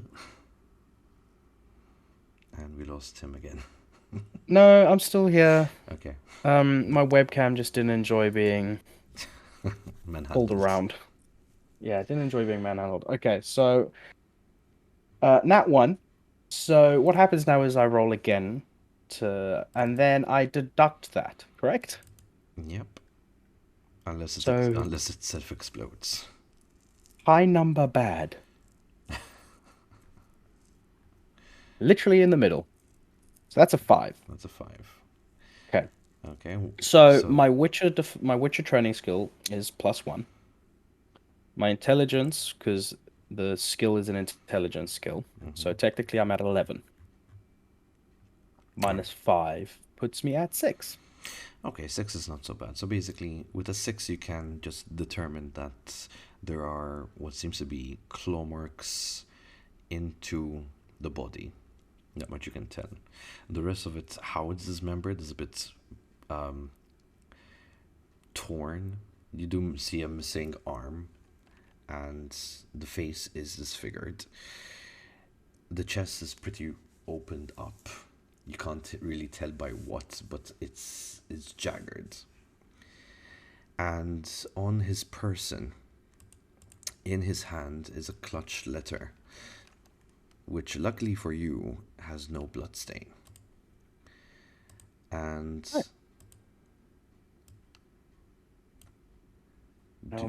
yeah. So I'll take the letter, and I'll give it a quick read. It reads the following: Hail thee of might and valor. I, the burgomaster of Barovia, send you honor with despair. My adopted daughters and the fair Larine, has been these past nights bitten by a vampire. For over 400 years, this creature has lured and drained the life and blood of my people. How my dear Larine languish and dies from an unholy wound caused by this vile beast. He has become too powerful to conquer. Lo, I say to you, give us for dead. I really hate the way they wrote this. Yeah, if it's the letter, if you got the letter where I feel like I know you got it from, the handwriting is atrocious.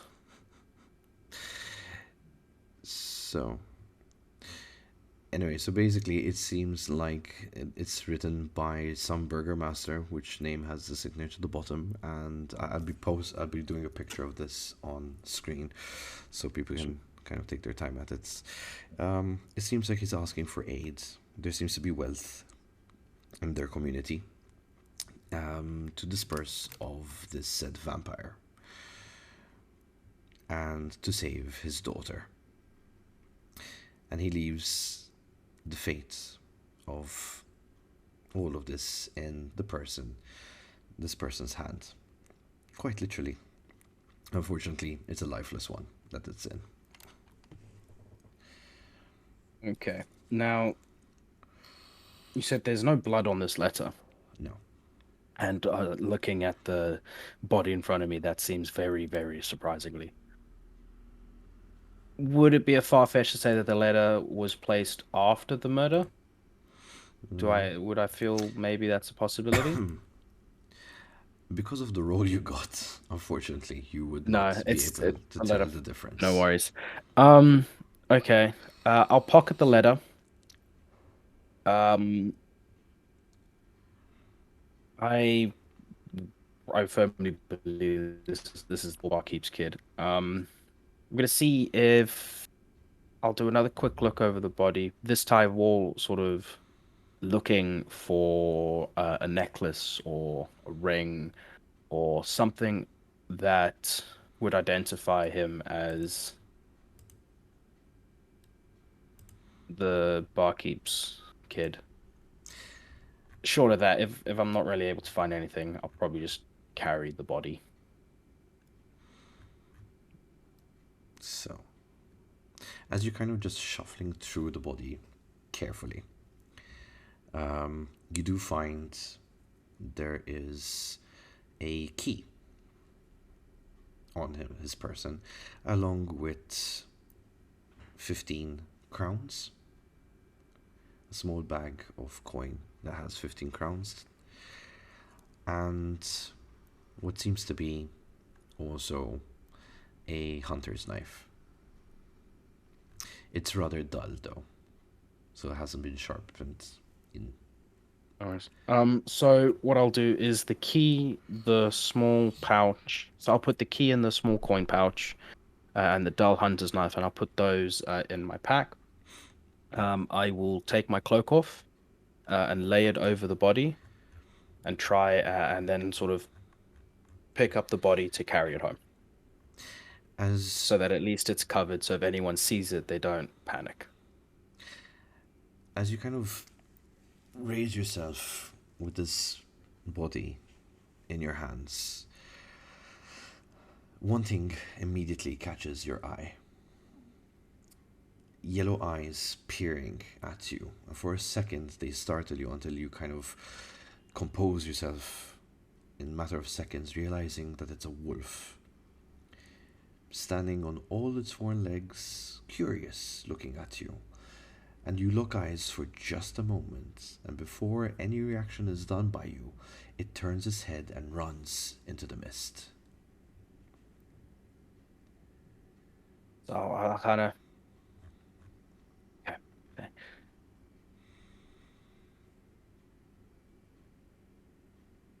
Please let that mean that I was the scariest thing out here. Before I pick up the body, I'll pick up my sword and put it back on. Resheath my sword. Right. And I'll take a deep breath, and I'll hold up, and I'll take another deep sniff and listen around after the wolf has bolted, and see if I can smell anything weird in the area or hear anything else that might give me a reason that the wolf decided to run away, other than I'm not threatening enough. So, once again, please roll me a wilderness survival. Right. Listen here. It's not a 1, so it's already an improvement. But 22 total. okay, that's pretty good actually.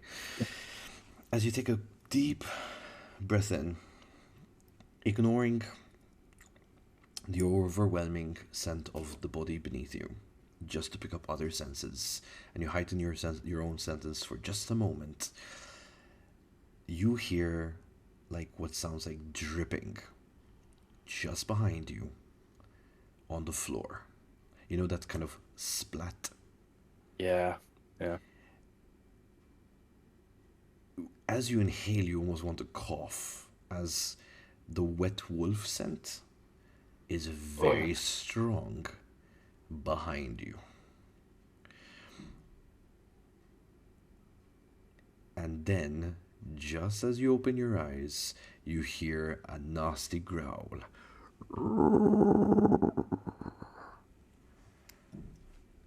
And what sounds, you know how the dog kind of does that sneeze moment, that Yeah. I'm very. 4 dogs. I am very familiar with noises that dogs make. yeah, so that's one of those that's So that kind of. yeah. And if I'll slowly.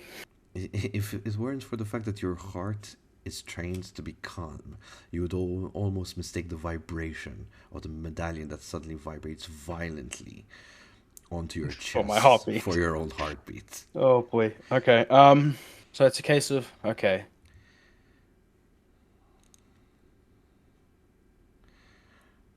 I think I've picked up his dinner. I'm gonna slowly. I'm not gonna acknowledge it.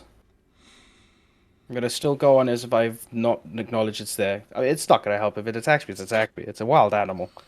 But I'm gonna slowly, so as not to like startle it, put the body back down That's and slowly turn around mine. to face this monstrosity. How tall is this thing?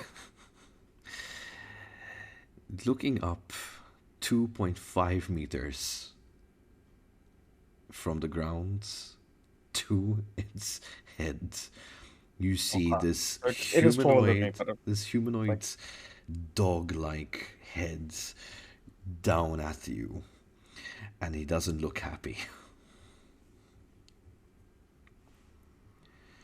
Hello. You must be the werewolf I've heard about. Unfortunately, it's not yours. That has a father. He has a father that wants his son back. And you want it, obviously. And I can't let that happen. But I also can't let you stay around.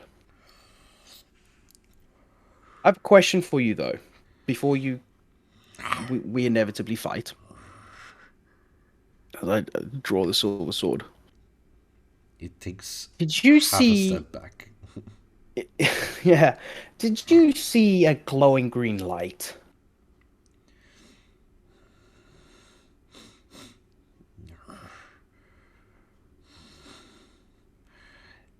It's not answering. You can tell, like, it's more it's eyeing your silver at this point. You sense like it doesn't want to give away its panicked look as he still tries to, it has this false pretense that is intimidating at this point, but he knows that's gonna hurt if he's not careful of how he swings at you.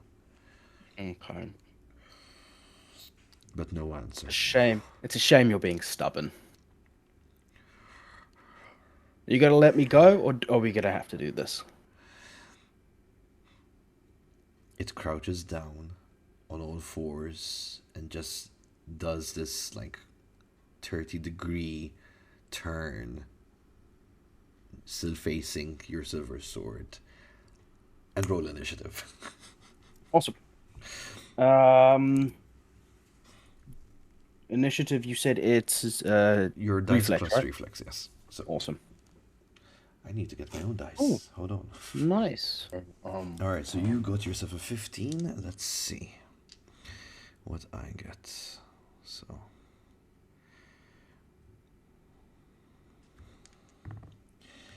Ooh, all right. So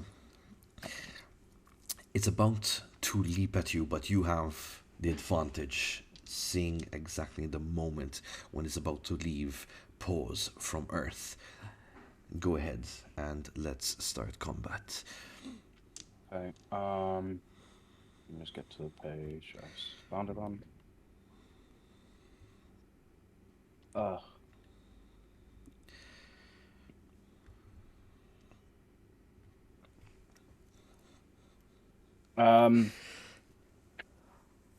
Thought I had my thing open. I didn't on the Witcher signs because I need to know what they do. I will. I feel like I can use this kind of meta knowledge because I played the game. I know they don't like fire, so I will cast Agni. Igni. All right. Igni. Yeah. I will try and set the bastard on fire. All right. So I believe Igni, I can try to dodge it out. Let me find it. Witcher The signs. way. Igni, I throw out a wave of sparks and fire, which does 1d6 point damage. Igni always deals damage to the torso unless used at point blank ranged. When used at point blank, I can aim at body locations. You can dodge or block it, yeah. Yep. All right. It's cool. So My vigor is 2, so it means I can do 2. I can spend 2 stamina without hurting myself, right? Yep. So then I'll be doing it for the 2. That's 2d6 damage. Yeah. All right. So it was about to leap, not expecting you to use magic at all. You hit it with the sign.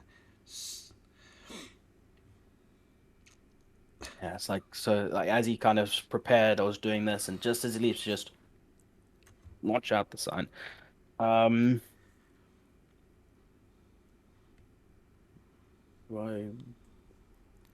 I roll to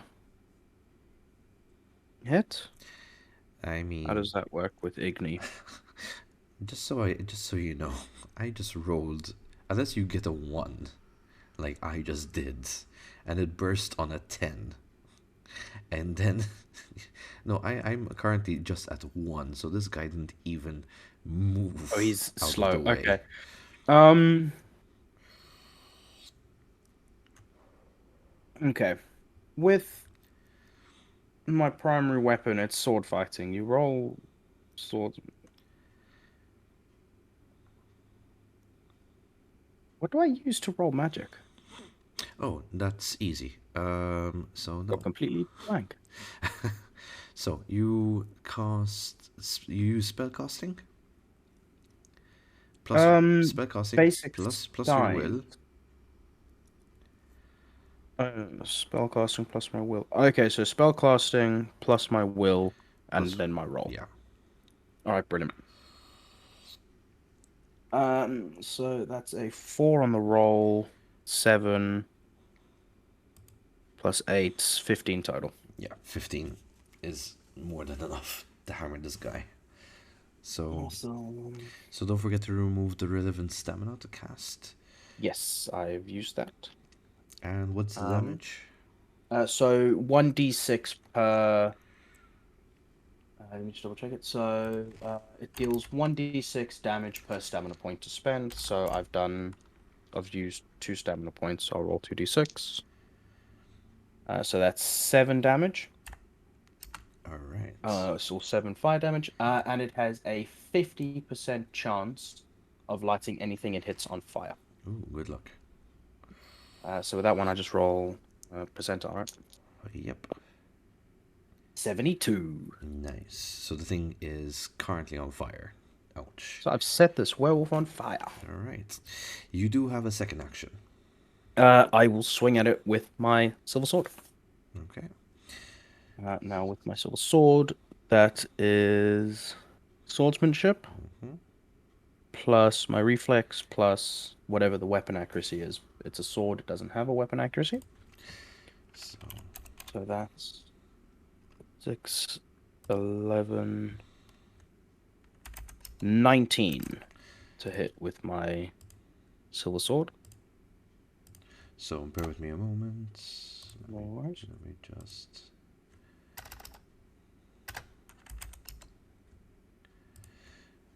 So I will spend some stamina to be able to move out of the way of this one. So, Okay. 7. How much was yours? 19. 19, and mine is.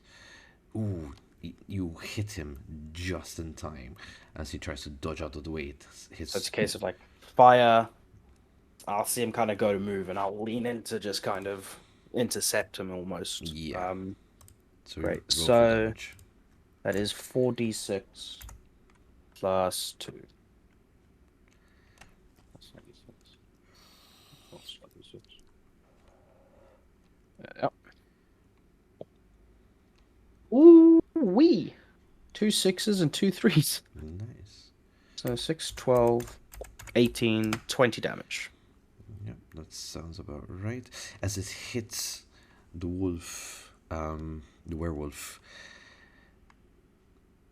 you see the blood just leave its new wound that's just opened up with your silver, and you almost hear that hissing sound against its skin. Not to mention that at the moment it is still currently on fire, so we roll that extra damage, and that is an additional 2 from the current burning. It takes its chance, seeing that you have kind of, with the rotation of your blade, tries to go at you, and it's trying to head for your neck. Now, because I'm being specific, that is a -5 to my roll. The negative for aiming at specific things, is it always -5 or does it differ? Since it's aiming for the head, since it's the most difficult part, that has a specific denotation of a -5. Other places Okay. have its own kind of negative point markers. Okay. So Good to know. that is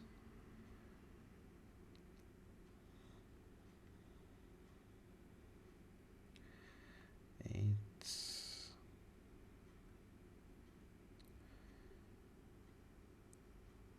Alright, so it leaps at you at a 15.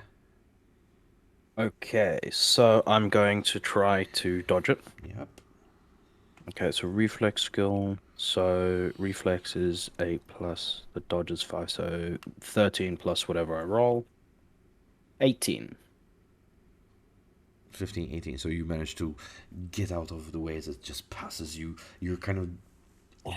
This dance between, Witcher and werewolf has begun. It finds itself back at you, turns really quickly, and it's your turn. This time, I'm not going to use Igni as it's still on fire. I'm going to use Axie. Okay. Try and get him stunned. So Axie stuns an opponent until they can make a stun save at -1. For every 2 points of additional stamina I spend past 1, the stun save becomes harder by 1 point. That would hurt me, so I'm just going to do at 1 point of stamina. Okay.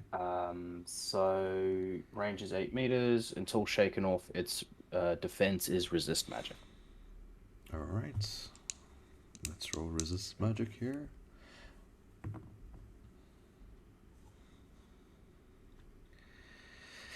All right. So I got a 19 for my spellcasting. I got a 21. So this Alright, time it is aware that you can cast magic, and the minute it sees you stretch out an empty hand, it knows what is coming, and it kind of just goes like whoo, as the blast just passes right next to it. You have a second. I grunt a little, just. And I'll swing in again with my silver sword. All right.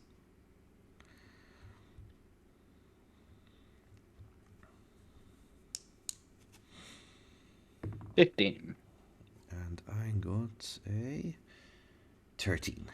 Okay, you swing in. So that's the 46 again. That's 2, that's 5. 10. 14 plus 2, 16 total.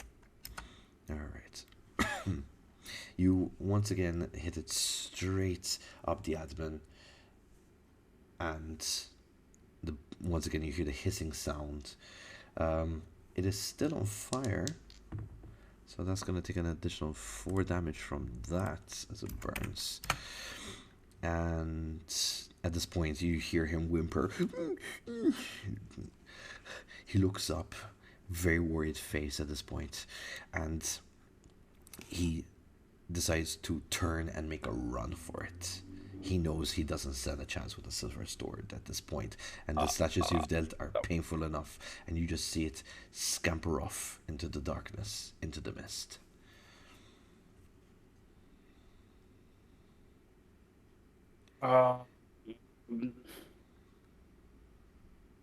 Would I know my blood smells different?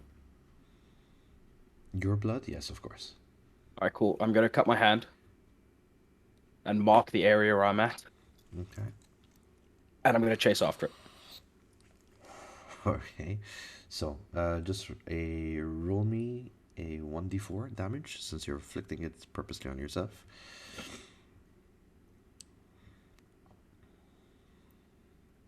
Ooh.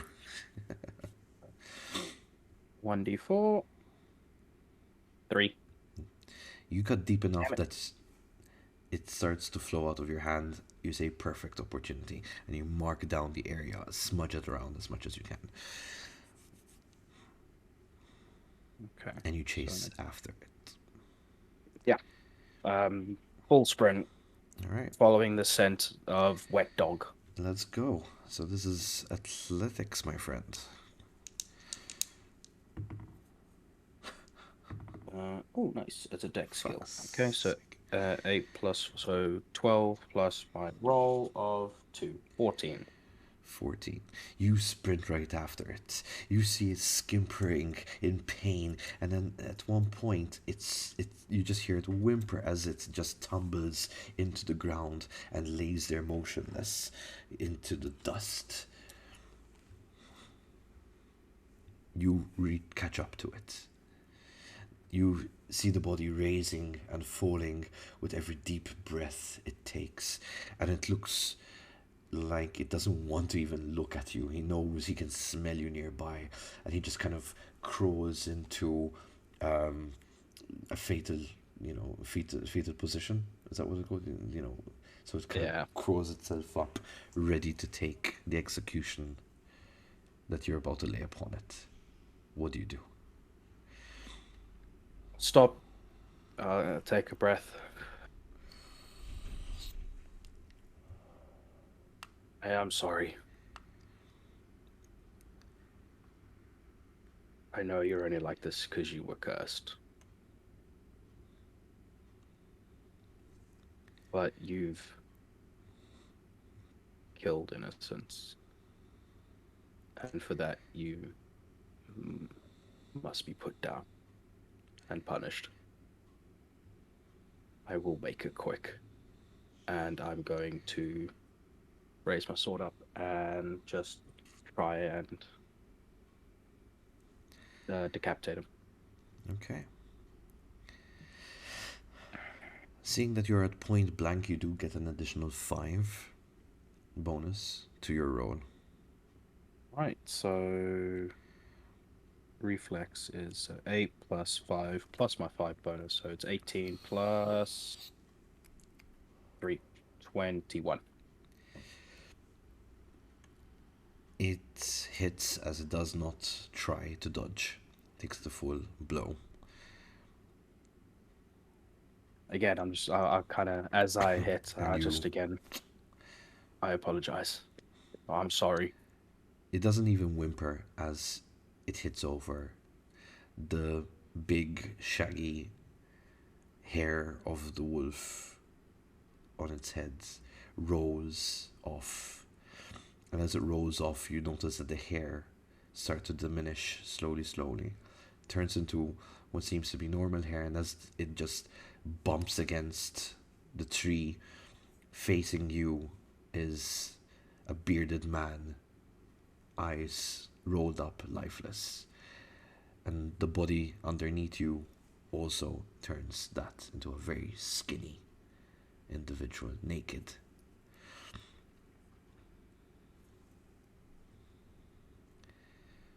I'll flick blood off my sword, sheath it. And now I've got. I'm not concealed word alcohol, but really,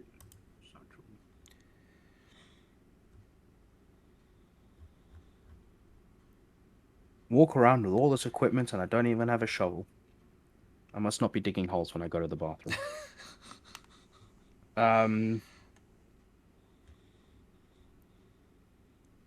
I will collect the head.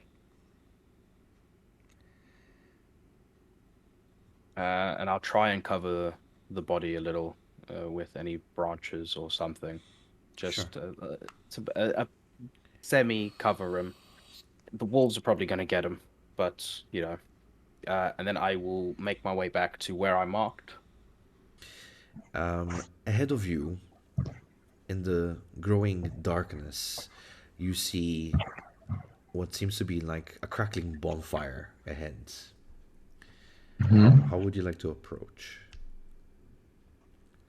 I'd like to scout out first, make sure that we're seeing everything before we actually walk into the camp, introduce ourselves, and start itching out of nowhere. I would like to take a bit more of a stealthy approach, actually. Okay. Yeah, the stealth and scouting, that's the point. So what do I need to do to stealth my way in and make sure that that everything is in order? Just so I kind of paint a picture, you're currently on the road. On the route, yeah. And these guys are pretty much on the side of the road, it seems, and they have a huge bonfire. Now, you could either enter into the tree line and kind of make your way through there to help your stealth. Alternatively, you could just keep walking on the road until you actually meet up with them. Those are kind of your two options. It depends which one you take. There's two different approaches to it. Brimore, what is kind of your idea how you want to approach? Well, I'm assuming their camp has wagons and tents and the sort. You're not quite sure yet, so it depends. So if I approach from the tree line and they spot me, I'm screwed because I'm sneaking in. All right, so you definitely want to Should sneak, right? So you're gonna use the tree line to your advantage. Exactly. So, So stealth. With a lower DC, you can go ahead and roll stealth plus dexterity. All right, my stealth is. I just want to wait and see what he does. Okay. And then based on what he does, Afion is going to react. So I've got a 14 total. With a 14, you actually head on and you use your environment to your advantage. Unfortunately, because you have plate armor, as you kind of approach, you do see that there is a dozen men and women gathered around this crackling bonfire. The folk seem to be in very good spirit. Few of them are singing and dancing around the fire, while others find happiness in a flask of wineskins. There are 3 barrel-topped wagons parked at an odd angle, tied to a nearby tree, and grazing are half a dozen drafted horses, wearing bright coats with bangles and tassels. However, the light of the fire catches a reflection of your armor, and one of the women dancing stop and look in your direction, and she joyfully says, come join, dance with us. I approach the camp. I hang back and observe.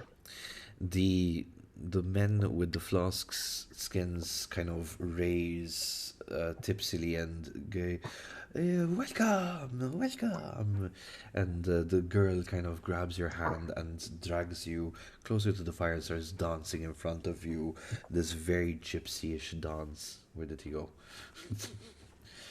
this gypsy's dance. Seeing that you're not partaking, she kind of grabs your hands and like tries to get you to dance with her. I'm gonna join. I'm gonna join. I'm gonna join. Might as well befriend them at this point. All Right. right. What do you need me to roll? So I need you. Grooming and style. How about that? So this is more of a Social etiquette? No. Performance. He's dancing. Yeah, Performance yeah. and performance and empathy skill. I've got an MP of 5. No performance. Let's go. Oh! I've got 2 left feet. You rolled a 1. I rolled a 1. Roll again, boy. Oh no! I'm gonna step on someone. I rolled a 1 again. Do I have to roll again? Yes, you do. You know it. Oh dear lord. Wait, you keep rolling. Oh no. Don't tell me you rolled another 1. Something tells me. So I rolled 2 1s and an 8. So that's -9. -9. So 5 minus 9. That's a negative. That's a -4.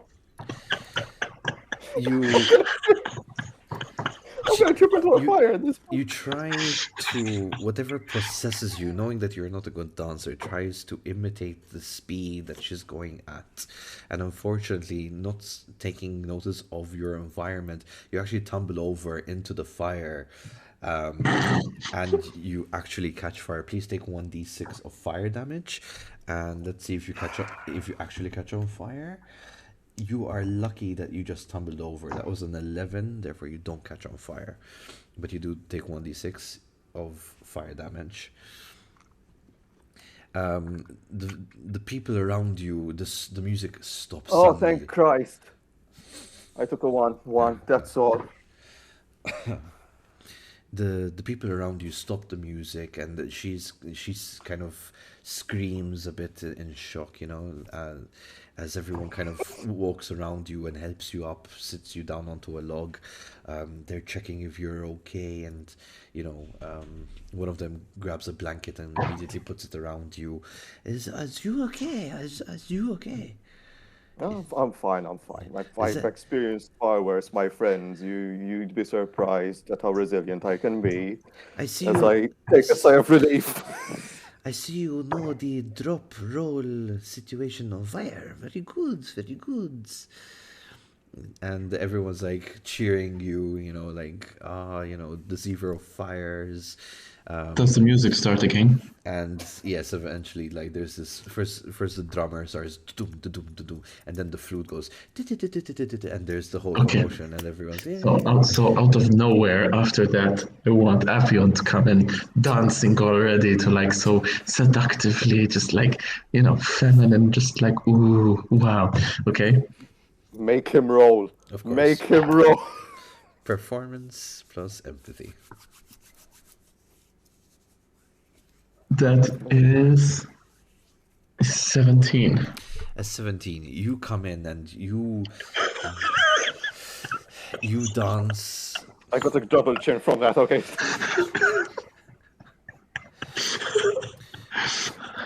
You do this elvish dance, dance of your people, this elvish way of moving, and these people eventually they're seeing how you're dancing, which is a bit different to the beat of the tone, right? So they adjust it according to it. There's a more like snaky feel to it as you kind of dance your way into it.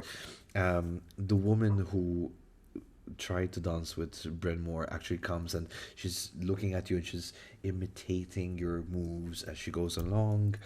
Let's see how well she does. Oh, that is a 10. All right, so yeah, she's managing every move, eye contact and everything.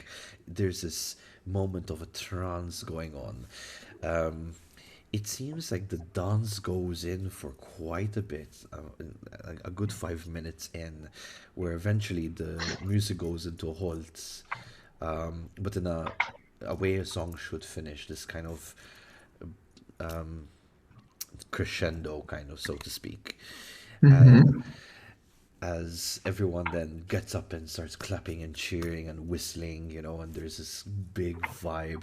There's a guy an old man who kind of just smacks Braymore at the back and offers him a wineskin and cheers. I'll take it. Afion looks over to remind me, what's Brynmore. Brynmore? Yeah, Brynmore. Yeah. Looks over to Brynmore, with a cheeky smile, sort of winks at him. No. The tune goes a bit more mellow. People actually sit down and there's a bit of more mellow music being played at this point. The drummer puts away his percussions and he's just partaking in the wineskins that he takes out of his pouch. Everyone kind of drops into a cross-legged seating position around the fire, and an old man kind of walks closer to the fire and he opens his arms and says, "So welcome. It is very nice to see people enjoying our culture. Very, very hospitality of you, unlike most that have come to join us in the past few days. Tell me, where do you hail from?" Ah, my friend. I hail from far south from here. Nilfgaard. Farther south from Nilfgaard in Macht. But tell me more about yourself. Toussaint is no stranger to wine and partying. But the music and your accent, it sounds foreign. Very exotic, very interesting. We are, how do you say it? Vistani. That is where we hail from. Vistani? Yes, we are Vistani. We like to perform around and see who is worthy to join us in our coming journeys. We do not intend to stay too long. I see. He kind of turns round to Afion and is like, "And you, pointed ear one, the beautiful dancing of your people. Tell me, where did learned from your mother, perhaps? Yes." Where I learned to dance is, in fact, the culture of the elves. Beautiful culture, if you're passing through, maybe you might want to learn a little bit because you're absolutely fantastic at grasping onto the magical dancing moves. I can see your people are just, feel the music and move along. Well, yes, my name is Afion. I'm from Dol Blathana. Dol Vitana. Very nice, very nice. And we've not been there yet, it seems. Not common to us. Indeed. So, what brings us such good company across our camp? Well, actually, the Duchess has, let's say, is not quite fond of you being here. Yes, it would seem she sends many shiny men like him to take us away from here. You are not one of her men. No, not directly. I'm not under her authority, but I am under her command to certain degrees. You hear them laughing around you, and one of them, again, the same guy as before, smacks you on the back and offers you wine as he says, "Look, the black one tries to make it as if he's part of the Northerners here." I look over. You see Afion mouth. Ouch. What was that? Sorry, Carla. What would make you think that I am trying to imitate a Northerner, my friend? And I give a really fake smile. Now, no hostilities. Yes. Look, if we are so much trouble to the lady of the valley here, we would be more than happy to move. However, let the old man tell you something. A story. Yes. The old man gets closer to the fire as he warms himself. It's like, ah, yes, a story I do have to tell you before we go. Would you like to listen to it? I'm a fan of stories. My good sir, I would love to hear this story of yours, but unfortunately, the night is very old. Ah, no. Night and day over here is quite a splitting uh, part of your realm. Where we come from, they are one, and one must voyage into the other. Please, take more wine and listen to our story. They all kind of lean back and give a quick glance at Brynmore, waiting for his approval for this moment, seeing that Affion kind of agreed. Yeah. I glare at Tafion as if you're gonna drag us into more trouble than we were planning for, but I said, fine. I'd rather not start a fight right now, so I'll agree. Perfect! Give me the wine. And one of the Vistani individuals hands him over. He takes a mouthful of wine and spits it into the fire. The flame turns orange to green. They dance and sway as dark shapes appear in the bonfire's core. You see, we come from an ancient land whose name was long forgotten, a land of kings. Our enemies forced us from our homes, and now we wander the realms, lost to man. You see the dark shapes in the fire take form of a man being knocked from his horse, a spear piercing his side. The man continues. One night, a wounded soldier staggered into our camp, just like you staggered, and he collapsed, however. We nursed his terrible injury and quenched his thirst with our wine. He survived. When we asked him who he was, he would not say. All he wanted in return was to go home. But we were deep in the land of his enemies. We took him as one of our own and followed him back to his homeland. His enemies hunted him. They said he was some sort of a prince, yet we did not give him up. There were even assassins that fall upon us like wolves. The deep bonfire, you see the dark figure standing with a sword drawn, fighting off a host of shadowy shapes. This man of royal blood fought to protect us, as we protected him. We bore him safety to his home, and he thanked us. He said that he owes his life to us. He offered us to stay as long as we wished and leave whenever we may choose. And you know that you will always be safe here, he said. The figure in the dancing fire vanquishes its final foe and then disperses into a cloud of smoke and embers. The old man's face becomes a bit somber of a mask. Ah, a curse has befallen our noble prince, turning him into a tyrant. We alone have the power to leave his domain. We've traveled far and wide to find heroes, perhaps amongst your own kind, to end our dear lord's curse. But his troubled soul is not yet to rest. Our leader, Madame Eva, knows all.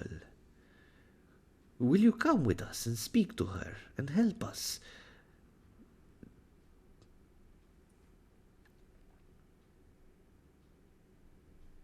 Perchance, what is this prince's domain's name?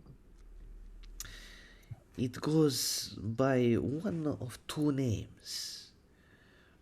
The first, it was known as Barov, or in your common tongue, Barovia. The more hardcore of the land is known as. Do I dare speak it? He kind of pauses for a second. It's like, no, no, no. It is best you do not.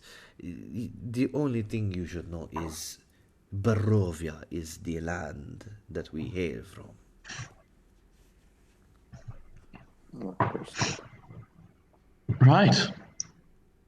Do you need to pack a bag or are you all set? You're asking me. Of course. We have not yet informed the Duchess of the people's agreeing of leaving. Come morning, when the Duchess sends out a raiding party to kill the entire the gang, she'll find that they are no longer here because we have left. Yes, and we will have And left so our the coin Duchess would know. behind. Are you only interested in coin? Of course not. So But the coin does help. yes. It does. Probably the land of Barovia doesn't even have the same currency as we do. Does it? And she asks the guy who was talking. What was the question? Sorry. She asks him if Barovia has the same currency we do. Yes, of course. It is a wealthy, established domain, and currency type not at all a problem. If I may show you, and he kind of magically, one of these like quick sleight of hand tricks, shows you a coin. And it Wait is- a bit. Wait a bit. Wait a bit. Is it actually sleight of hand, or is it an appear and disappear spell? Because if it is a spell, I would like to learn it. No, Very no, much. it Thank you, is though. it is literally a sleight of hand. Oh shit. Okay. Detect magic. And he shows you a coin, and it is exactly the same coin that you use. Ah, look, see? Coin, coin. It's the same. And he also said that they're wealthy. He flicks it over onto Brenmore. I don't know if you want to catch the coin, Brenmore, but if you I don't, catch the coin. okay, Roll dexterity. yes, please. And Dexterity and what skill? athletics, please. So it's athletics of 5, dexterity of 9, that's 14, plus 6, I got 20. You actually catch it midair right in front of you. Very well. I take it that you will be coming. He claps his hands and he looks around. He starts speaking in this foreign language, and everyone starts to get up and rush around and start packing their stuff into the wagons. We will head straight. You can join us, yes. You will be joining us, yes? Yeah, we shall be joining you. Do you have any parchment and pen by any chance? Just as you mention it, you hear shuffling to your left as the guy who smacked you twice already this night on the back kind of hands you dodge. a handful of parchment and a quill in ink. Is this good for you, master? Yes, thank you very much. You can keep. I'm having writer's block right now. Yes. And he goes back to tend his ways. So I shall be writing a very detailed letter to the Duchess, explaining why the camp has left, and more importantly, why we've disappeared. and that we'll be returning as soon as we can. Okay? Okay. I would rather not leave a contract unfinished, so to speak. So, and where do you leave it? I mean, Well, I assume the knights know where oh the yeah, they, zone is, no? yes, of course, they know So the zone. if it's next to a tree line, I assume like hammering it into a tree, Sure, having it read by them, sure. preferably. After he's done that and he's like walked off, we're going to go and read it, okay? And I grab her by the scruff of her shirt and pull her towards the camp. oh, no fun, Yuan, no fun. I do hope you're not going to be like You this can the have entire fun with your journey. vodka later, and I pull her away. Are you always like this, Bryn Mawr? That's none of your business. Maybe it might become my business. We're traveling together now, aren't we? Companions alike. She starts walking off. Speaking of companions, do you remember the last we saw of Ragnar and the confusing dwarf?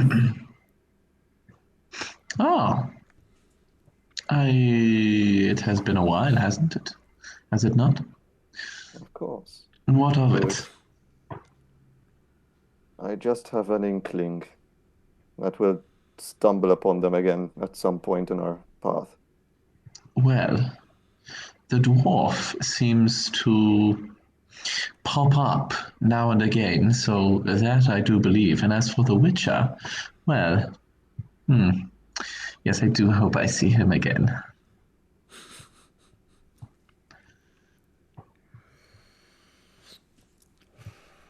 You are aware he is not a big fan of portals, right?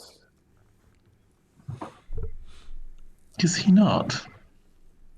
So you're saying he won't go willingly with well, maybe he won't. No. Well, I guess we'll just have to find out and see. As most of the horses and carriages align themselves, you hear the old man shout at the top of his lungs, "Next up, Brov!" And you hear a whip in the night.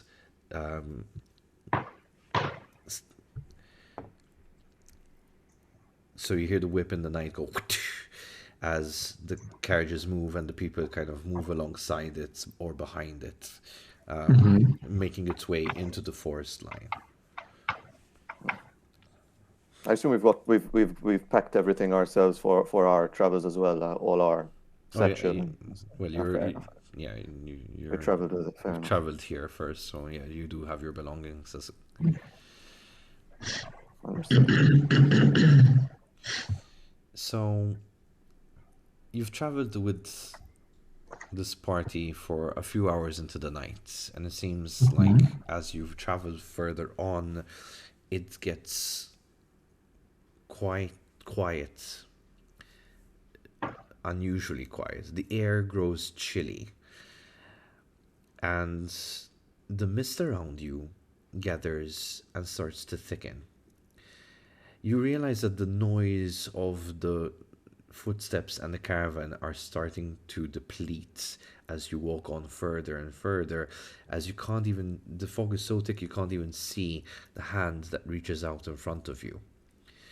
Eventually, as the fog thickens in the air, it also starts to depart within the hours slowly, and you start to notice that the trees around you are not the same trees that surrounded you earlier this night.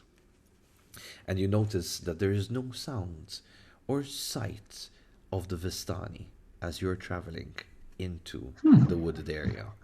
And the next morning, into the woods.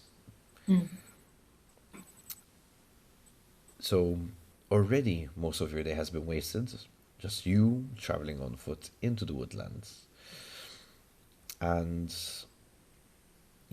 you've not really acquainted yourself here yet, so you're kind of heading in a direction you don't know. You're kind of on the main path, And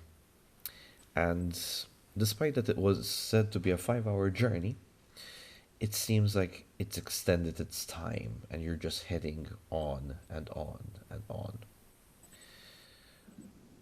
Eventually, you notice that you've pretty much traveled all day and nightfall has started begin to crop up and the mist once again starts to resume.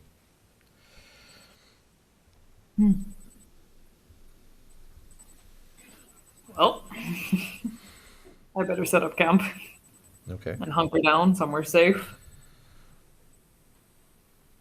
If I can't see what's in front of me, there's no point in walking forward. Fair enough. Could have mentioned how long it was going to take. Bastard.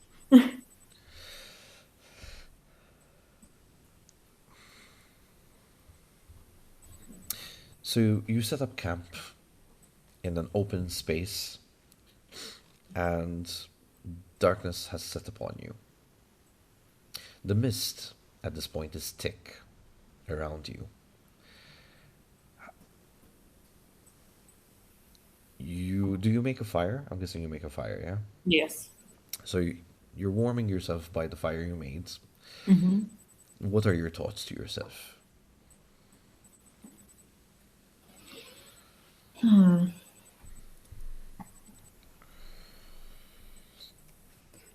I know I was craving a walkabout, but I, expected to see it a little more. Hopefully, just thinking that it won't be another whole day's journey tomorrow.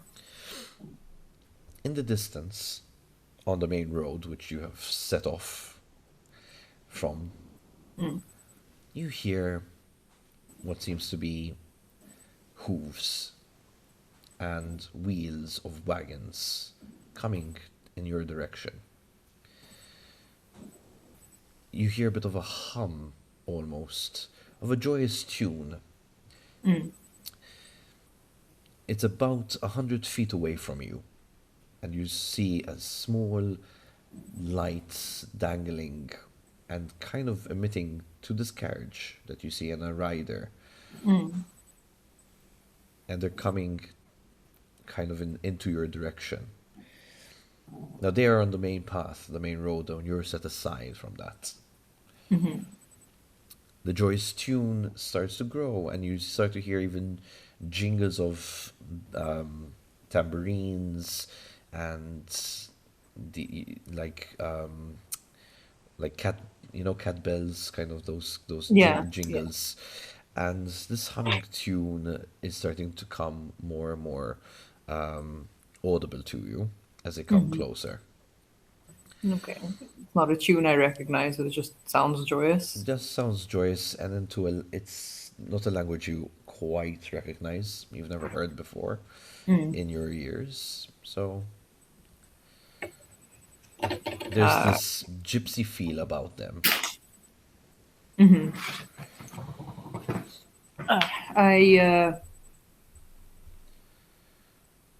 I'm interested in the fact that they're traveling at this time.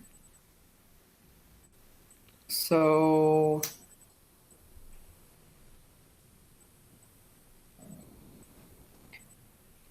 I would like to keep my position to see if they'll pass by. If they pass by, I'd like to quickly kick dirt over to the fire and see maybe I can follow them if they seem to know where they're going, especially since I'm going somewhere unfamiliar. And I don't know this area very well. Okay. So do you put out the fire before they even come next to you, close by, or how does this work for you? I want to see if they'll pass by first. Okay. So as they reach about 50 feet away from you, you hear the driver of the first caravan in front kind of whistle, and everyone kind of makes a halt. And you hear in a weird language him kind of yelling out. And if you can see him from the tree lines, he's kind of like pointing in your direction. I kick dirt over the fire.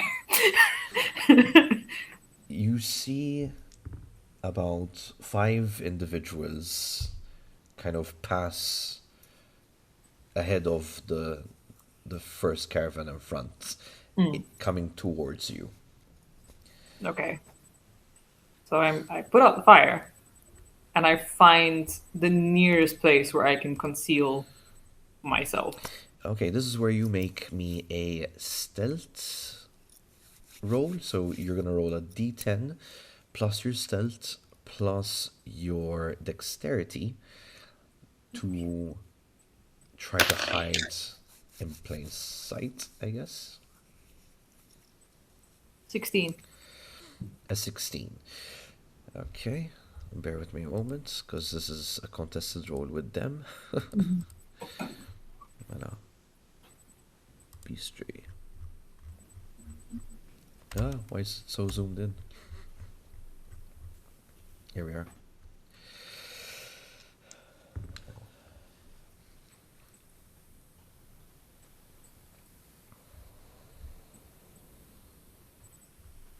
So 6, 7, 8.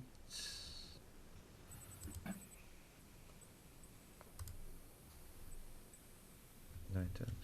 No, that was an 11 that I got. So no, they don't. They're looking around your camp. Yeah, they're talking amongst themselves, and again, a language you are not understanding, how you've never heard of it throughout your years. One of them feels the pit that you had your fire, and he's kind of nodding, and he's clearly recognized that this is still warm. And did you take your belongings with you, or did you Yeah. just? Okay, Yeah, so all my essentials, I just left like the camping stuff. I don't usually remove them yeah, from my they're person. going.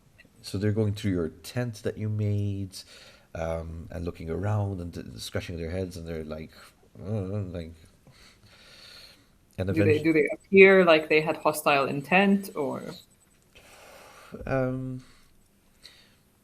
they look a bit hostile, to be honest. Their attire is very colorful. It's one of those like you've never seen before. Like, they're not Scoia'tael, they're human.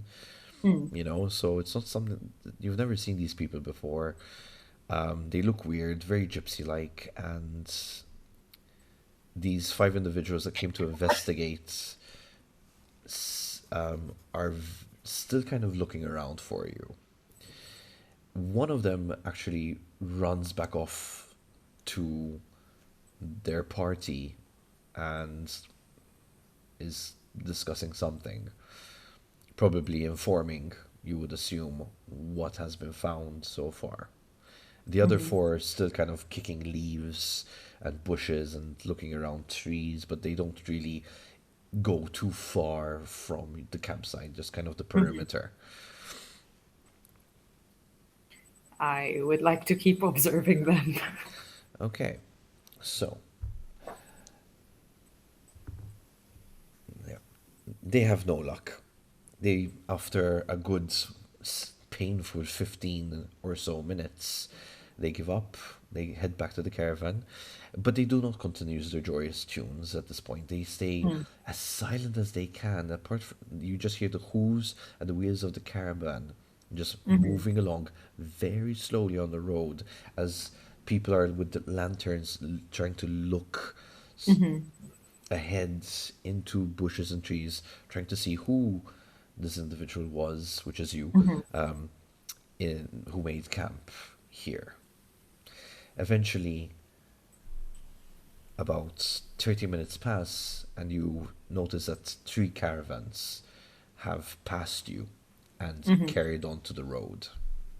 All right, I would like to hastily pack everything up, and try to follow them from a distance, just so I can see their lantern lights, but they won't notice me following them. Okay. So you do so, and as you kind of keep your distance, you've hit a point where the fog is so heavy it engulfs them, You still kind of see the lantern light in the fog, but eventually, as you travel a couple of minutes in on the main road, following them at a distance, the fog completely engulfs them and you can't see them anymore. The fog is getting so thick you can barely even see, like stretching your arm out almost doesn't make your hand visible. All right. You From the ground, can I easily distinguish their fresh tracks? yes. So I So you decide see to the wagon tracks on the road, in the Yeah. dirt, and the footsteps on I the side. decide to continue following their tracks. As you follow their tracks, you hear a howl coming from the right of you. The howl seems a bit closer than you comfortably are with. I carefully and quietly slink into the left tree side.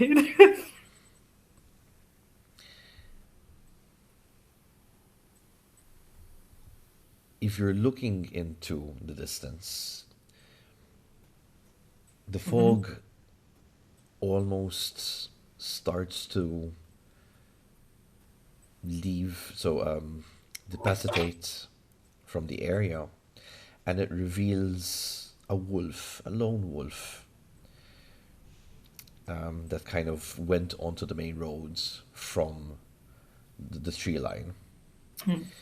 It's sniffing the roads, and what you assume to be your own tracks at this point, because it's kind of in the middle center of where you were, exactly as it was head down sniffing, it cocks its head to the left, looks up, and makes direct eye contact with you.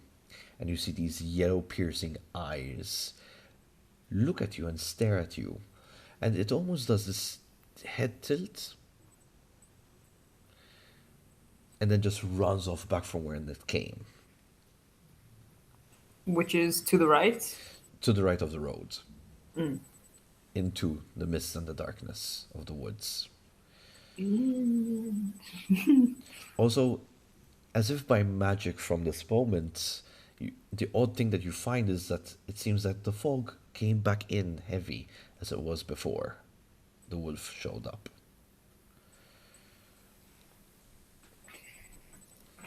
That's weird.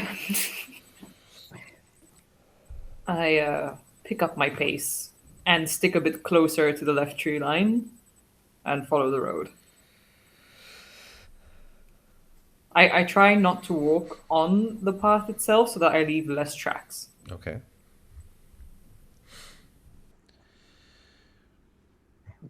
Damn it, Afion, it was a trap. This is not the same place. The scent has changed. It's darker than usual. Then they've disappeared. Can I do a... What would a wilderness survival tell me in this case? Wilderness survival gives you an idea of like your surroundings, where give you an idea, a basic idea of like Would it tell me if we've left the continent and are in a different realm? you could identify if that's what you're after. Yes, this is. That's what I'm after. Yes, that's what I'm after. Should we both roll for wilderness survival? If or- that's what you want to do as well. It's, ooh, a 9. 16. 9 plus 3, that's 12 plus 6. I got an 18. You notice that you've not seen this type of bark before in the continent. The trees are not of the continent. And for the little you could tell, it would seem like, yes, you have somehow went through some form of veil that passed you onto another world. That is amazing. That is marvelous. This is trouble. No. This is marvelous. I must study it. I must learn everything there is to know. Clearly, some sort of magic has been used to bring us here. Yes, indeed. That's why I The must learn camp it. we were following has disappeared. Would you be able to detect them at least?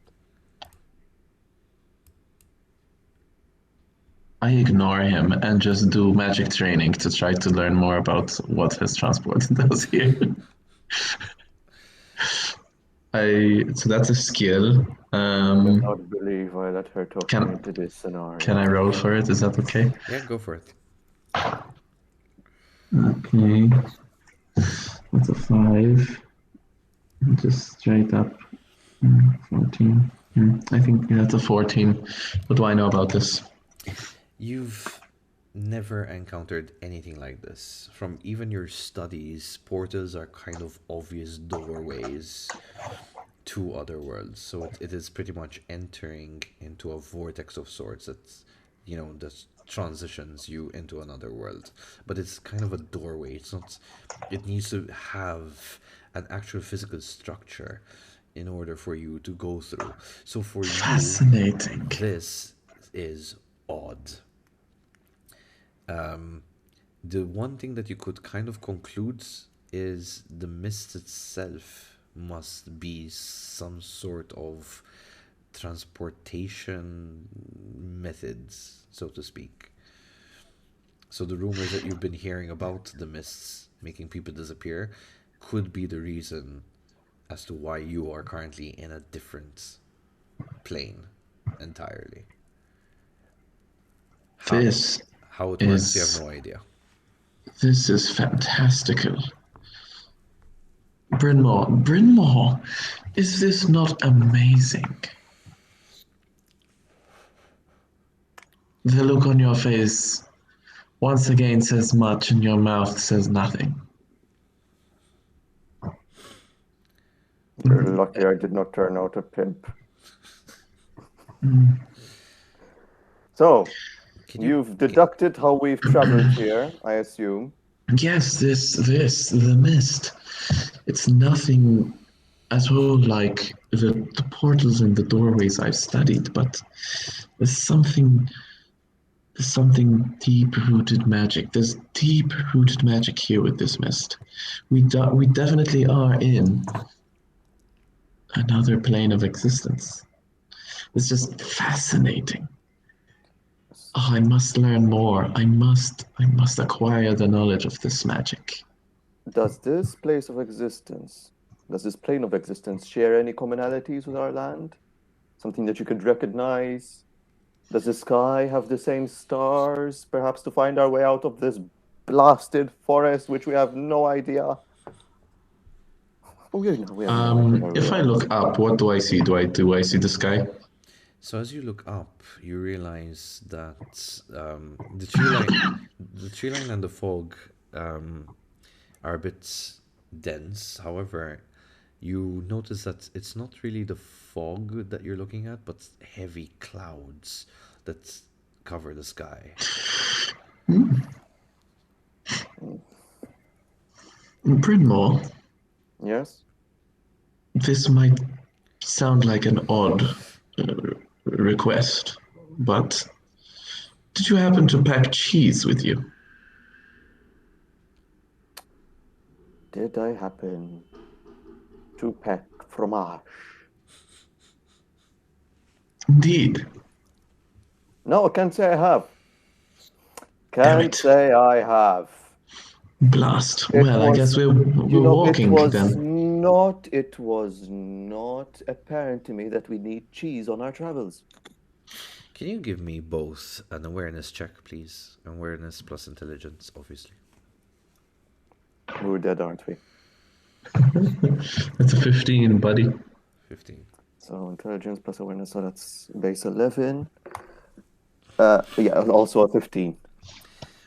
You both get the hairs on the back of your neck stand still as you realize that you are no longer somewhat alone. And in the direction where you kind of see something that had moved has stopped. Moving. And as you turn your glance slowly towards whatever it is, you see these two yellow glowing eyes looking at your direction. I put my hand on my sword and start drawing slowly. The fog clears a bit to reveal that it is a wolf ahead Pulling of the you. sword a lot quicker. The wolf kind of tilts its head slightly, like to its side, and then just makes a run into the darkness and the mist. Did I just hear a howl in the background? Yes, you did.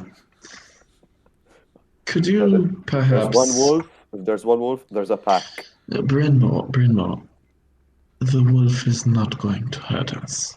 Well, at least it won't hurt me if you don't attack it. So please put your sword away.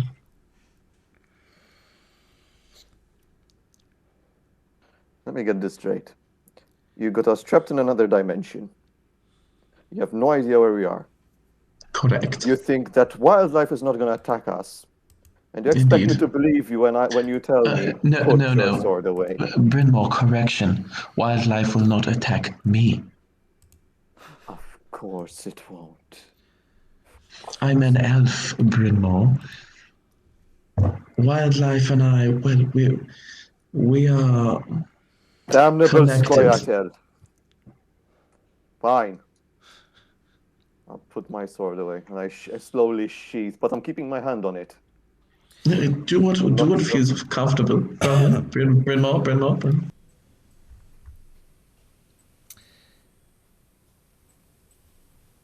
As you travel beside the road,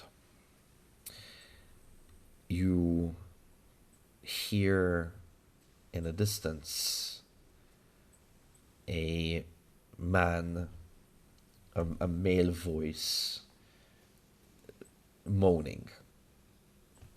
It's the moan of pain, and it's coming further from the left of you.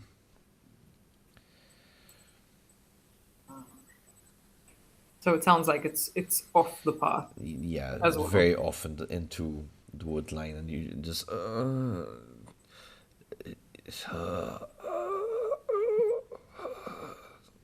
I quietly approach to see if I can see what's going on. give me an awareness check Awareness check. plus your intelligence. Okay. 16. 16. You see an individual, and he has a really bad claw gash on his chest, and it seems almost heavy bleeding that started on the right side of his shoulder, lying on the ground in pain. He's resting on a wooden log, clearly that fell from the tree line.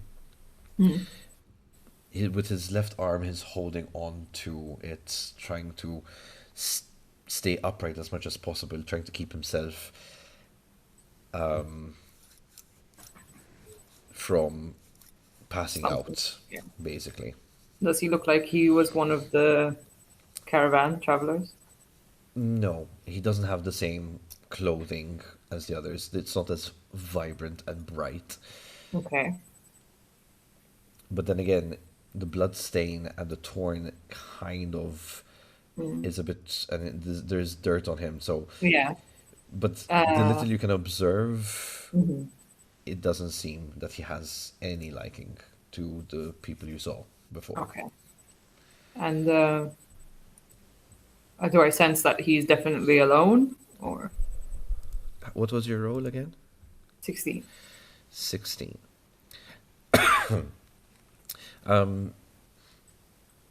You would assume that he is alone as an individual, but with that kind of damage of claw marks and what seems to be like a huge chunk of which could only come from a massive bite, there might be a creature or a monster lurking nearby. Uh,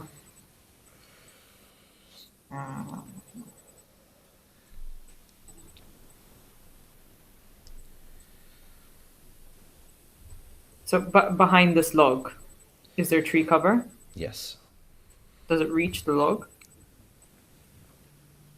give or take, yeah. Maybe there's I a few feet difference. Alright. I go from behind. So I want to go from the tree line behind the log, carefully, to see if I can conceal myself behind this log, Okay, and I'll try to speak to him. all right. Give me a stealth check again, please. So stealth plus dexterity with your roll.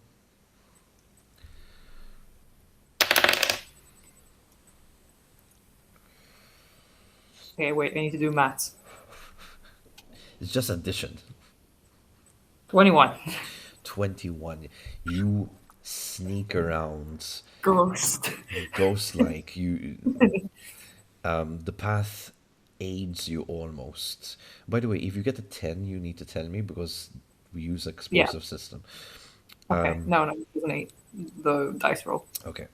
So you sneak around and you actually manage to come behind a log. Even the guy who's injured didn't even hear you approach. So the minute you even whisper something, it startles him for a second and he yells out. Hey, buddy. It's okay, it's okay. I'm not whatever did that to you.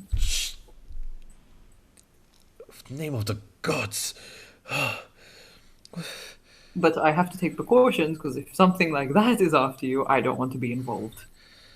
It's a werewolf. He went after my friend. Okay. Do you think you'll be able to move if I patch you up? He nods. Yeah. Okay. I would like to try and wrap. Like I can rip up his clothing and try to use that to wrap, especially on the shoulder wound. All right. Try and, So like, make we're pressure up. doing a first aid here. Yeah. So first aid plus craft, So craft. which is CRA.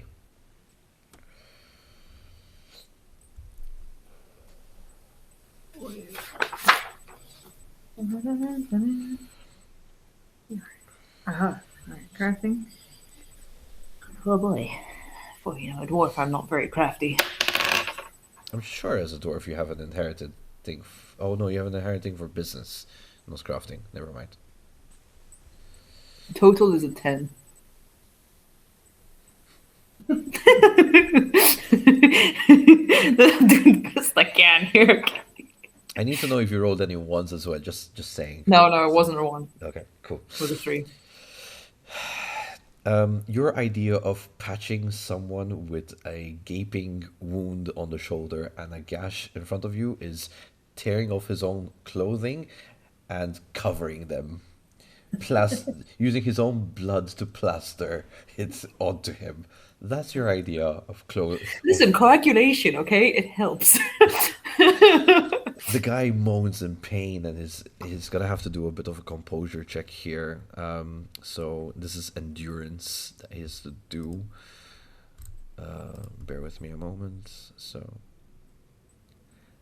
yeah, this is not gonna. Yeah, he passes out with the pain. Well, shit. So the fact that he was trying to keep himself from passing out, you've assisted him to pass out with pain. Yeah, I was never good at this. I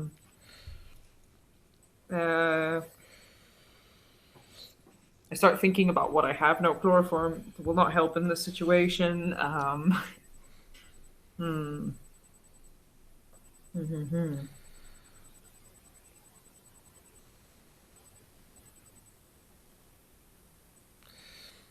Smelling salts usually does the trick. I do not have smelling salts. Okay. Going through what I have the opposite of smelling salts. I have chloroform. I try, I give him a little. I can't elevate his legs because bleeding from the upper body doesn't make sense. So I just like, oi, oi. So, let's see. Roll me a human perception and empathy.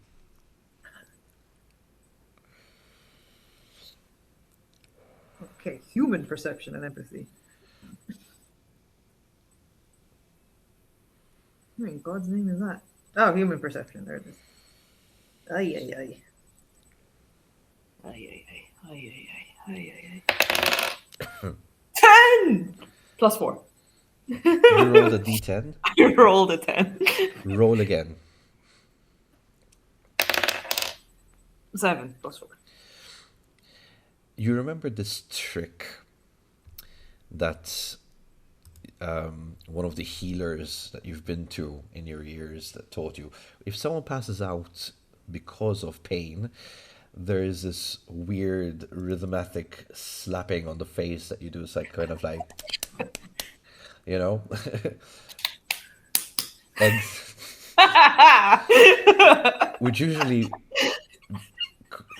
some nonsense about corresponding with the brain and rhythm and the smacking all together kind of brings them go like, huh, what?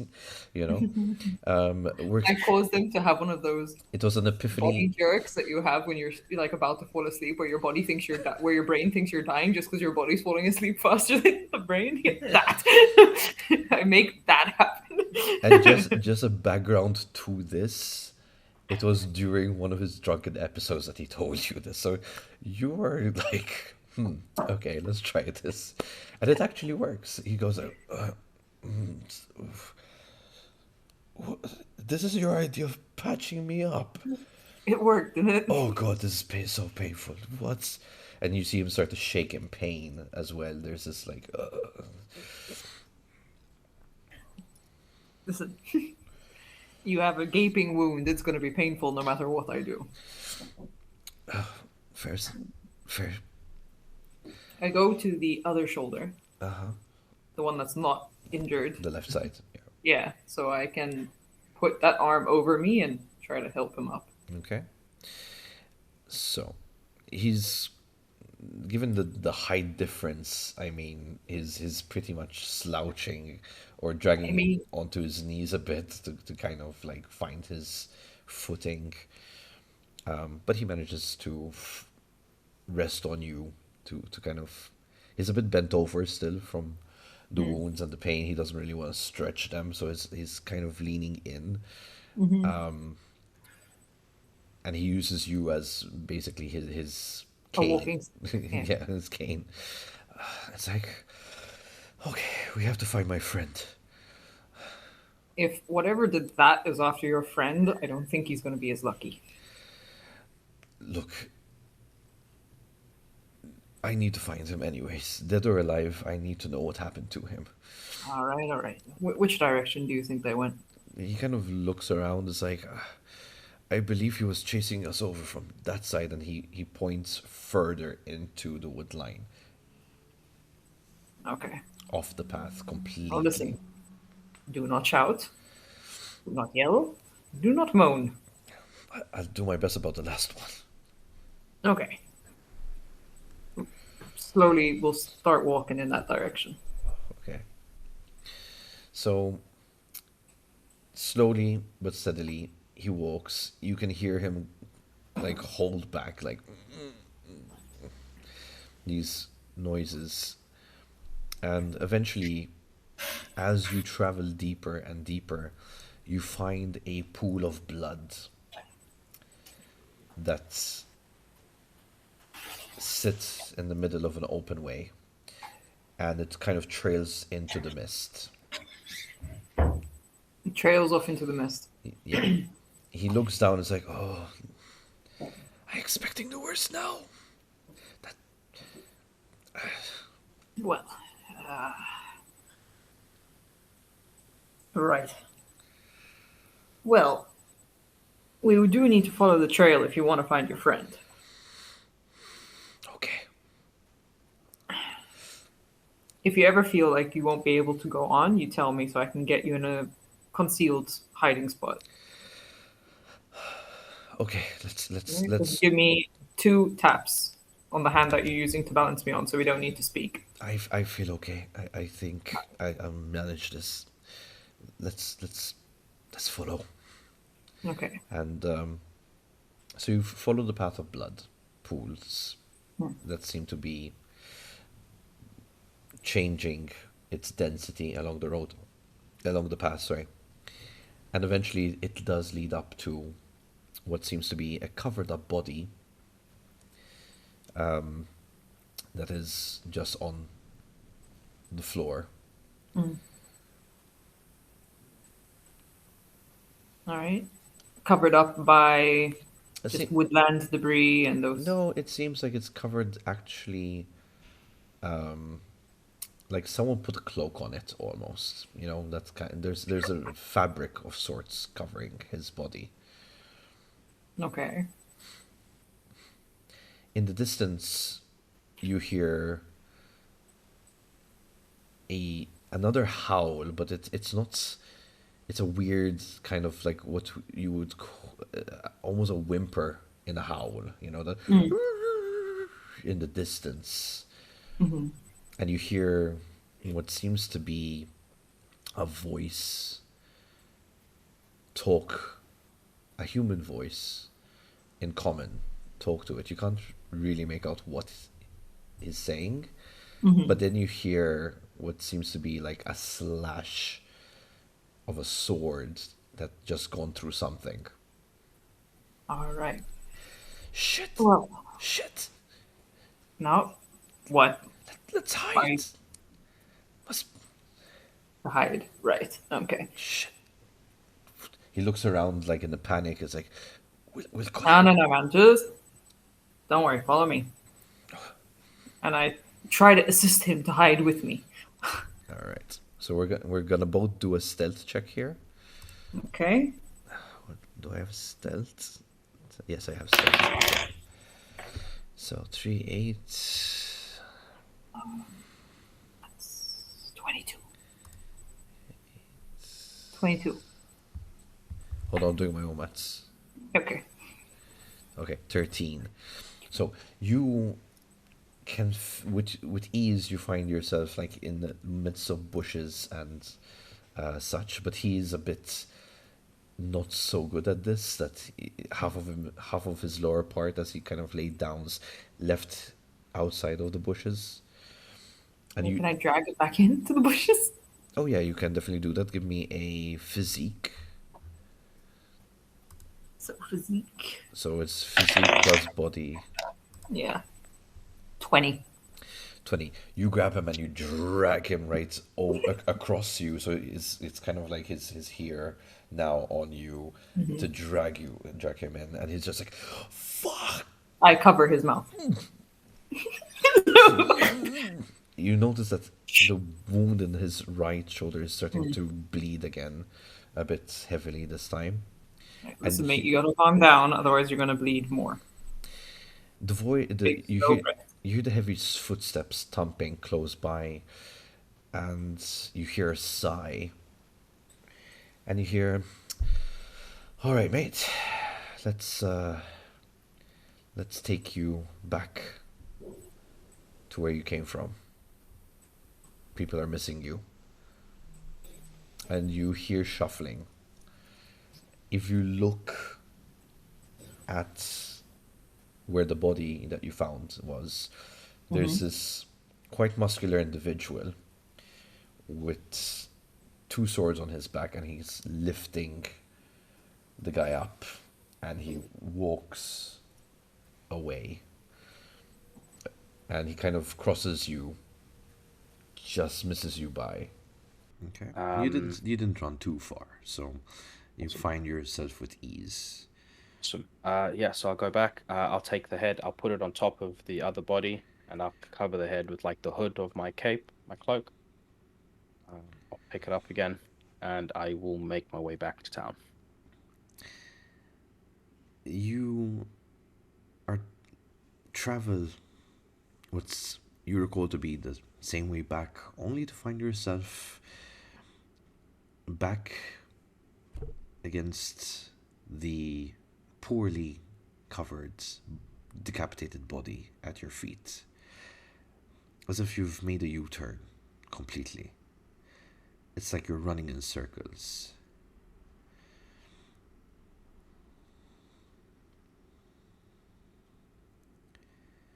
Try again. I'll start. I'll. Okay, no, wait. I went west. I'll make my way back to where I marked, Mm-hmm. and I'll look down, and there's going to be a lot of muck and footprints of the fight. I'm going to try and see if I can find any footprints I left when I first arrived. Give me a wilderness survival, please.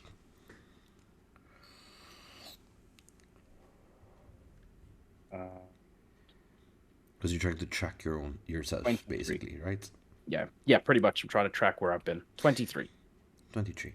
Yeah, you can see the footsteps, which from whence you came. You track that. You can see where they're going. Back into the I will deep. follow them. As you follow them, the footsteps of this point is the heel is facing away from you, and the point is facing towards you. And it would seem as though you're following what seems to be the right set of footsteps, only to find yourself once again in the same position as where you marked your blood.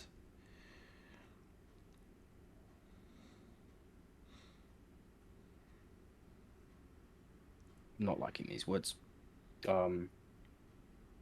Is my medallion reacting to anything, or is it still silent? It's calm now. It's just hanging there.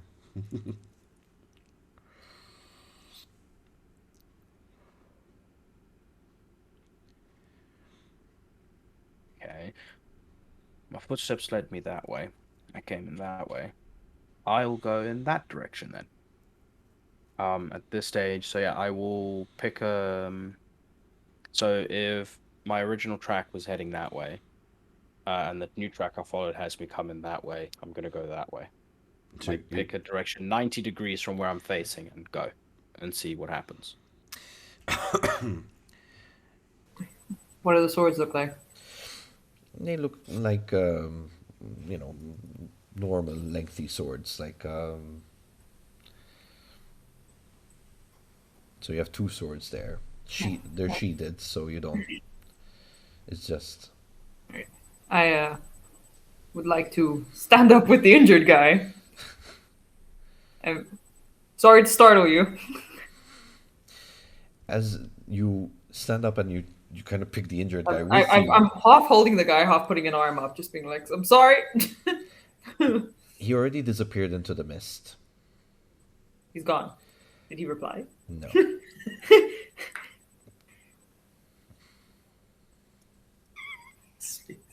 God. Okay, we're gonna start walking after him. The guy kind of holds you back for a second, like by your shoulders, like, "What the fuck are you doing? We don't know that person." Did you recognize the body he picked up? That's I don't know. It was covered. I'm not even sure if that's my friend or not. I'm assuming it is. Do you recognize the cloth that was covering him? No. Listen, mate, we're alone with whatever killed your friend and whatever did this to you, and that guy looks like he's pretty strong. And also knows where the hell he's going. I guess. Plus, he speaks common. He's not like the other caravans I've seen on this journey. You mean the Vistani? Yeah, odd bunch, those guys. Come on, we don't want him to get too far. Listen, he kind of tries to look down at his own wound, and he's like in pain. It's like, look, I'm in a really bad shape. Like, if you're gonna go pursue him alone, or like take me somewhere for proper bandaging and first aid, not this. Like that's the best I can tell you. Like either take me close to town or something, or just leave me here and come back for me once you've identified who this person is that you. All right. Do you know which way the town is? Well, Barovia's that way, and it's not too far off from here, so we're very close actually. All right then. Take me to the town. I'll take you to a doctor. Okay. So he starts leading you. So let's go 3, 8.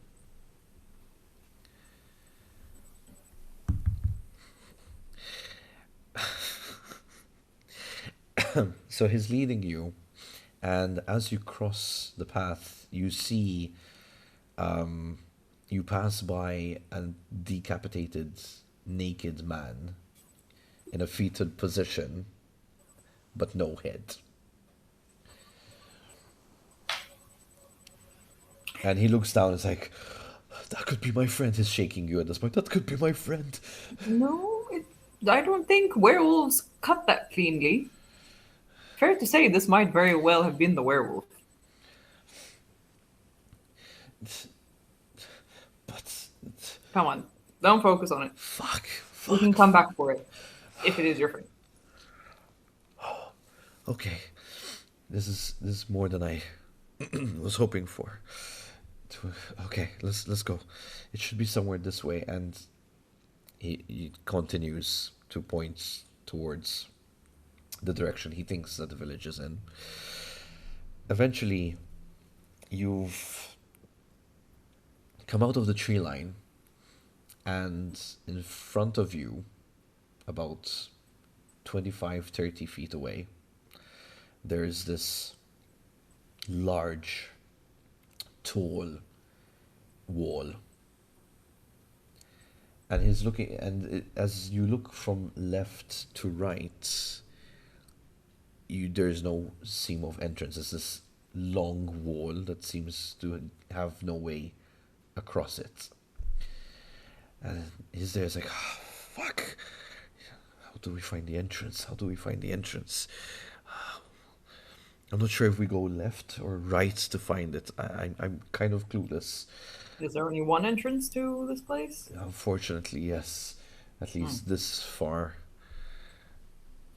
This far west, definitely. Otherwise, it's a long way around to find the other entrance. But it should be somewhere here. Fuck. All right, which facing path where you're coming from? If you know this area, you should know the path that you were traveling, so we know which direction we've approached the town from. Alright, let's.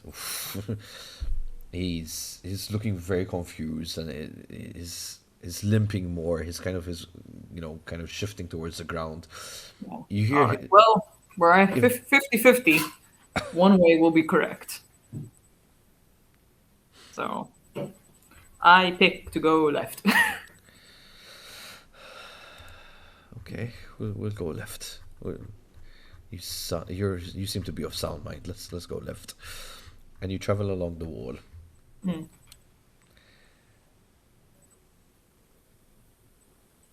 At this point, you assume that you've reached day point. You are exhausted. I need you to roll me 2d6, please. 2d6. First one's a 2.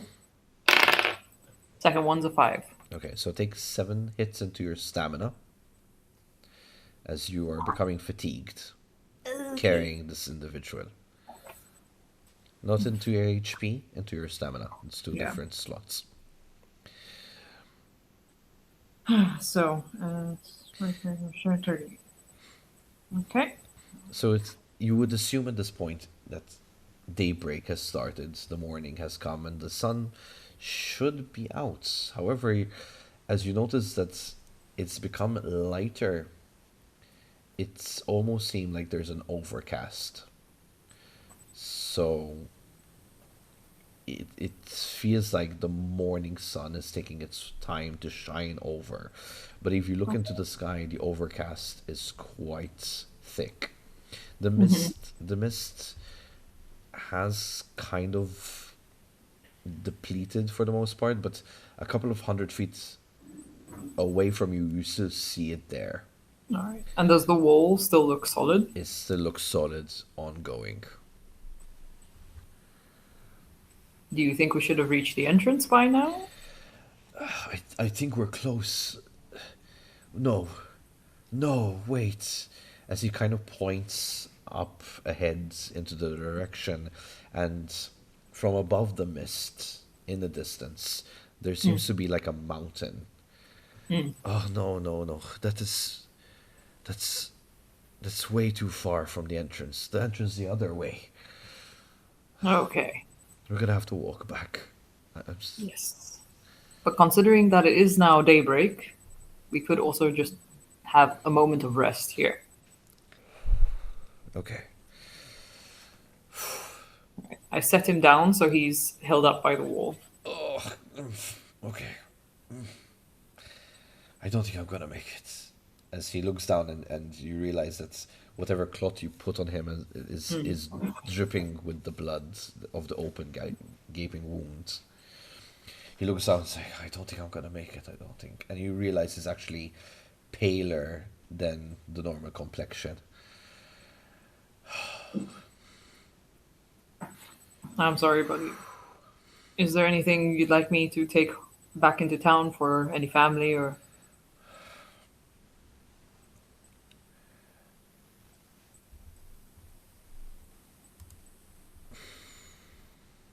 He quickly shuffles into his satchel and bear with me a moment. All right. Da, da, da, da, da, da, da.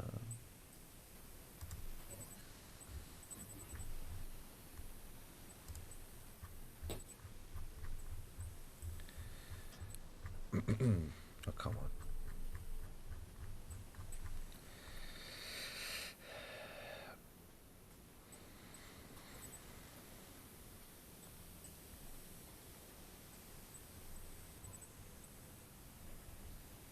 He reaches into his satchel and he hands you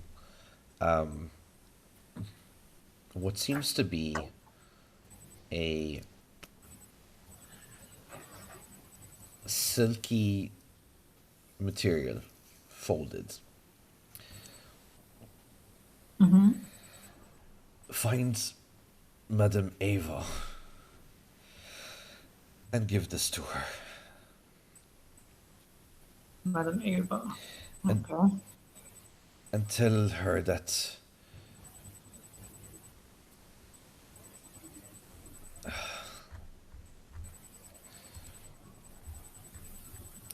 she was right. Okay. Tell her Myrden said you were right. And I curse you for being right. And Okay. he kind of just slides down, sitting down and kind of in pain. It's like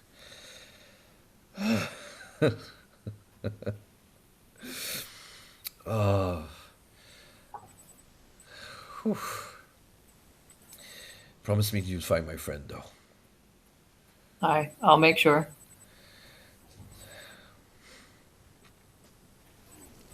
I'm just gonna close my eyes for a bit.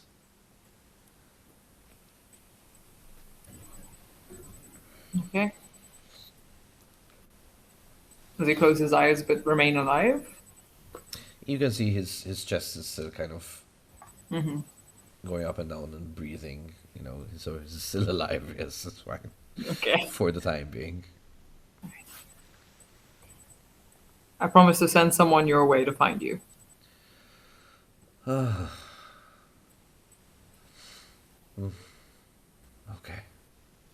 And I start walking the opposite direction. I ain't good with this. I don't know the guy. It's like, oh God. It's like contemplating if I should have used the chloroform, but that's valuable. As you walk further and further away from him, as if you turn back that you don't see him and it seems like the mist engulfed him.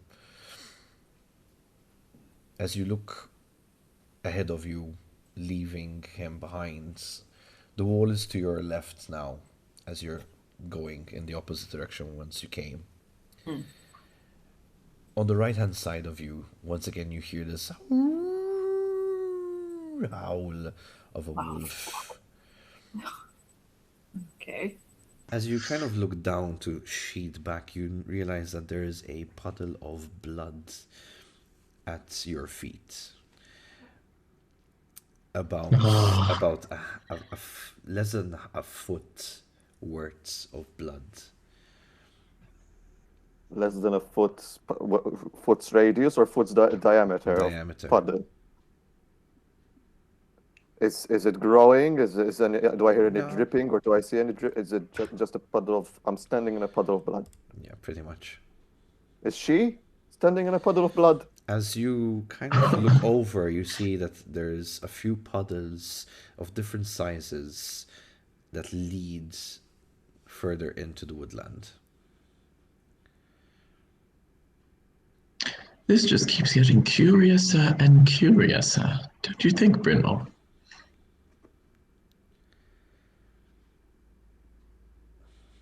Oh, now you're gonna suggest we walk towards the blood splatters. Well, we're definitely not going to walk away from them, are we? You silly goose. I pull out my crossbow. Okay. I cock it. I put a bolt in it. And I tell her to lead the way. Lead the way. Okay, but you better not if somehow antagonize. it's a wounded animal, we'll put it out of its misery, and we'll have some food supply while we're stuck here. If it's a wounded person, Maybe also put him out of his misery, won't you? but not before asking him some questions like, "Where the fuck are we?" But sure. Well, yes, that's a good plan, actually, yes. Smartest thing you said this whole time, actually. Just lead on. I lead on. Afion starts walking in. Okay, so as you follow the path of blood, it's not too far, maybe 20 or 30 feet away from your last standing point where you notice the puddle of blood. It leads you to a larger pool of blood, and on it there is this wrapped figure in some form of clothing and dirt. And from what you could tell, there seems to be a human hand that hangs out of this makeshift covering, whatever tried to disguise it. You notice that there's heavy pooling of blood underneath it.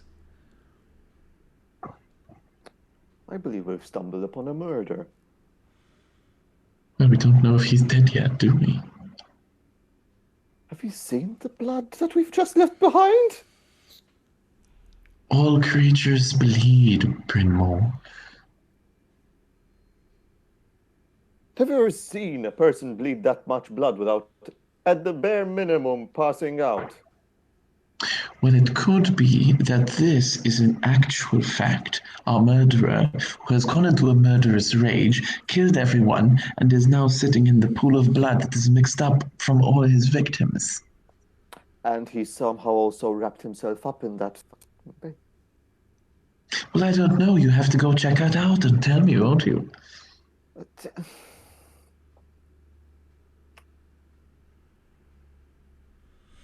Fine, if you want to do it, then I'll do it. And she walks up to us to investigate. I grab her by the shoulder and pull her back. She wants to go investigate because he doesn't. I squeeze really hard and tell her, if something happens, Don't I worry. survive, Yes. then I'm gonna shoot you. Well, you can try, dearie. I walk towards the carcass, or at least I hope it's a carcass at this point. I point the crossbow at it to make sure that I at least get the first shot off. Brynmore, one last thing. No, you don't get to see anything else. Okay. I point the crossbow at the body, and I try to check if the person's alive. I first try to communicate with it, asking it, "You okay, sir, ma'am, whatever you are you fine?" As I approach it a little further, is it giving me any responses? No answer. No. And it is motionless. Take a few more steps forward. How close am I to it at this point? Let's say I took 10 steps. Okay, so you're pretty close. I mean, if Am I like an you're- arm's length? I would say so, yeah. I nudge it with the crossbow. As you nudge it, nothing happens. It's lifeless. Oh, thank God. All right, it's safe. Is it dead? You want me to shoot it? Well, not if it's dead. You'd just be wasting a crossbow bolt, won't you? I can always pull it out.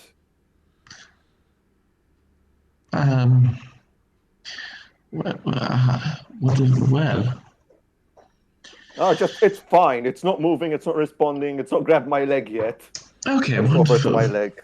look Effion over to my walks leg. over. No, it's not.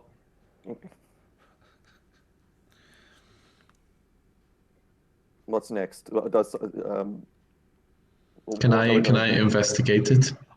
How do you want to investigate it? What do you want to do specifically? I want to specifically find out how it died. Okay, so it requires you to uncover the body, basically, whatever it's covered Okay. with, the dirt and this kind of weird cloth that's left on it. Immediately you find what seems to be a naked man's body without a head. You can see it's severed clean off. You see Is the also confirmation enough for you? You see also a couple of deep chest wounds done by some kind of sharp blade, precise hits, it would seem, and also there seems to be leftovers of fire that is on the body. So there's a couple of burns on it. Can you roll me a? Let's see.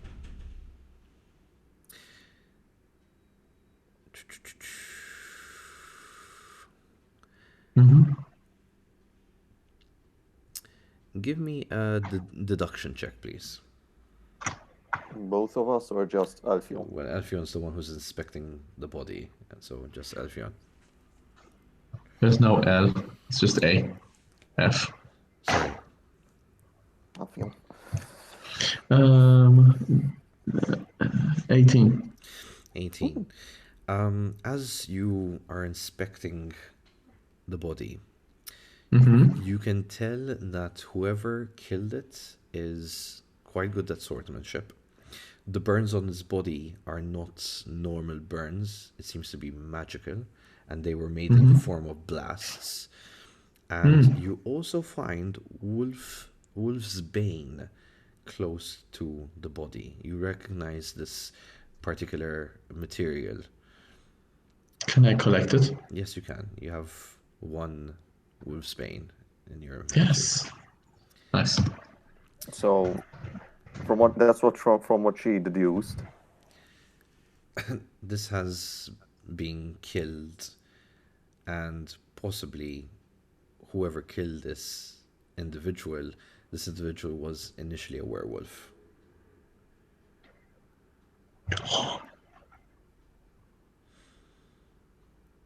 Carlo. He's just got stuck. Have we lost him? I think he's stunned by the word werewolf. I think he's he's very good at holding still, if that's just I think we might have lost him actually.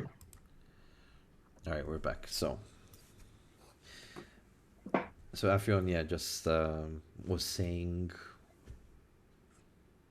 Yes, it's a pity that the best part of the werewolf is missing. The head. I see. Yes. I see that it's decapitated. Would I be able to deduce that it's done with expert swordship as well and know what sort Give of... me a deduction check, please. I think Afion would have just mentioned it as she was, as she was looking over the body, she'd be talking out loud, like, yes, probably done by, yes, expert swordsmanship, clean cut, magical burns, yes. So she would have said everything out loud if. No, but helps. I want to know how clean the cut is. That's my point. Because there's clean cut like a soldier, and then there's clean cut like a witcher. That's my point. Well, give me a roll, dude. I got an 18. 18. As you kind of examine the area, you can tell that this was not. There's no way in hell this was done mid-combat. The execution. It was pretty much a coup de grace, coup, slice straight off execution style, there and then. So whatever this lycanthrope was doing, he was not fighting at the moment. He was either caught off guard, or he was so exhausted he could not fight back, considering he's on fire. Exactly. So, however, in relation to just the head part, that was. But if you had to examine with an 18, if you examined the other wounds he had, you would say that is some skilled swordsmanship. And the burns of magical, the way they are performed, you've only seen it done by either special mages or witchers using their signs. So, but you're seeing a mage using a weapon doesn't really fit in unless he's been attacked by two people, so you have three possibilities there. Either it was a witcher combated on its own, or it was a swordsman and a mage, right? That's kind of took on this lycanthrope person, this werewolf.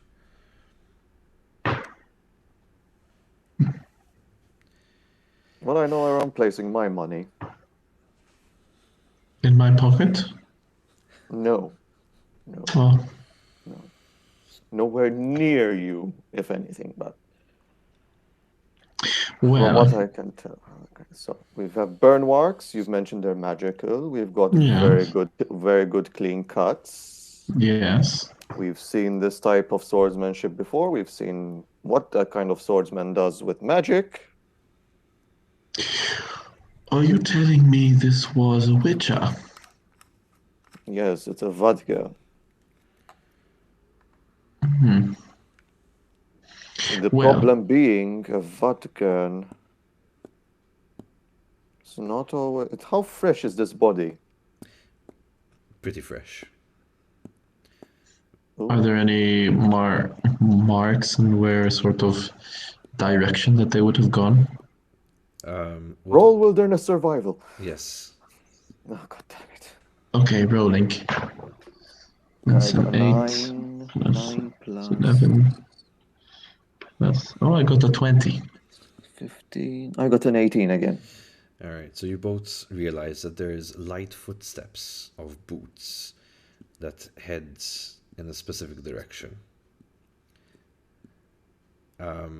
There's actually three sets of the footsteps. One that seems to be coming and going to the same location, and another set that has went in a complete different direction. Okay. What's that sound? What sound? All I see are footsteps. Brynmore, are you hearing something? No, out of character. I just heard a bleep on my PC. Oh. So. What is a PC? Brynmore? Is this a magical item I do not know of or about? I smash it on the ground. You'll never find out. Quick, hide the history. I roll education. Keep looking.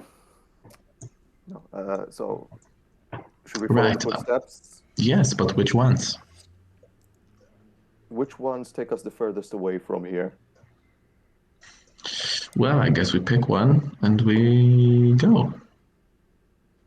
All right, let's go. Well, we'll obviously ignore the ones that show the person walking to this position. Wait, are there. Does one of them look like there were paws, like of a werewolf? The pause leads to one specific direction, accompanied That's the by. way. Okay, Okay. that's where we're going. That way. Aren't we supposed to follow boot marks, of civilized people? Or humans at least.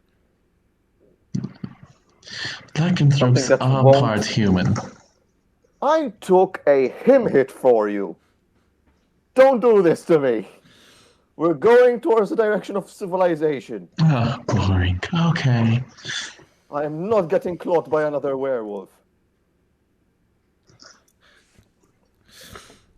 Lead the way. Right. We're walking towards the boots.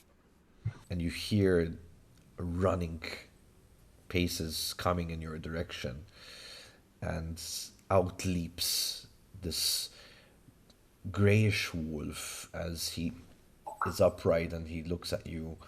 It's the same wolf as before. The yellow eyes seem to stare into your soul as you make eye contact. For a second, you almost feel like you can't move.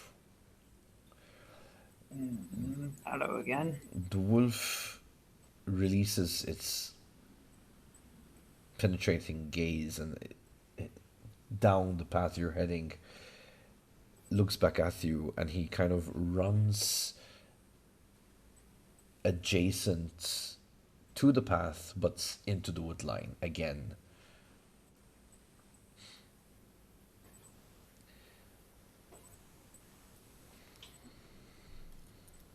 Well, I'll be damned. I'm not used to this. It's interesting. I've never experienced this in my 116 years.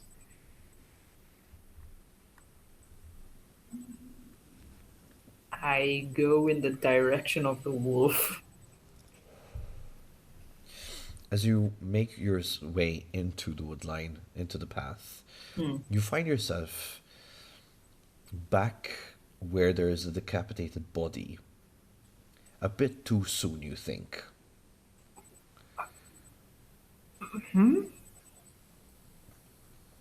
This body is completely naked, like there's nothing Yes. around it. Yeah. Nothing around. The head as well is not here. No.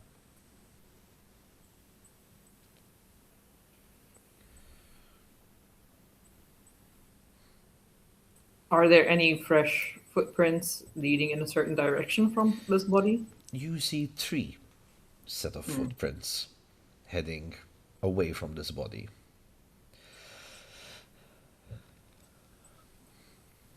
Are they in the direction of the wall? They are heading towards what you can see in the distance, back to the main road. Back to the main road. Okay.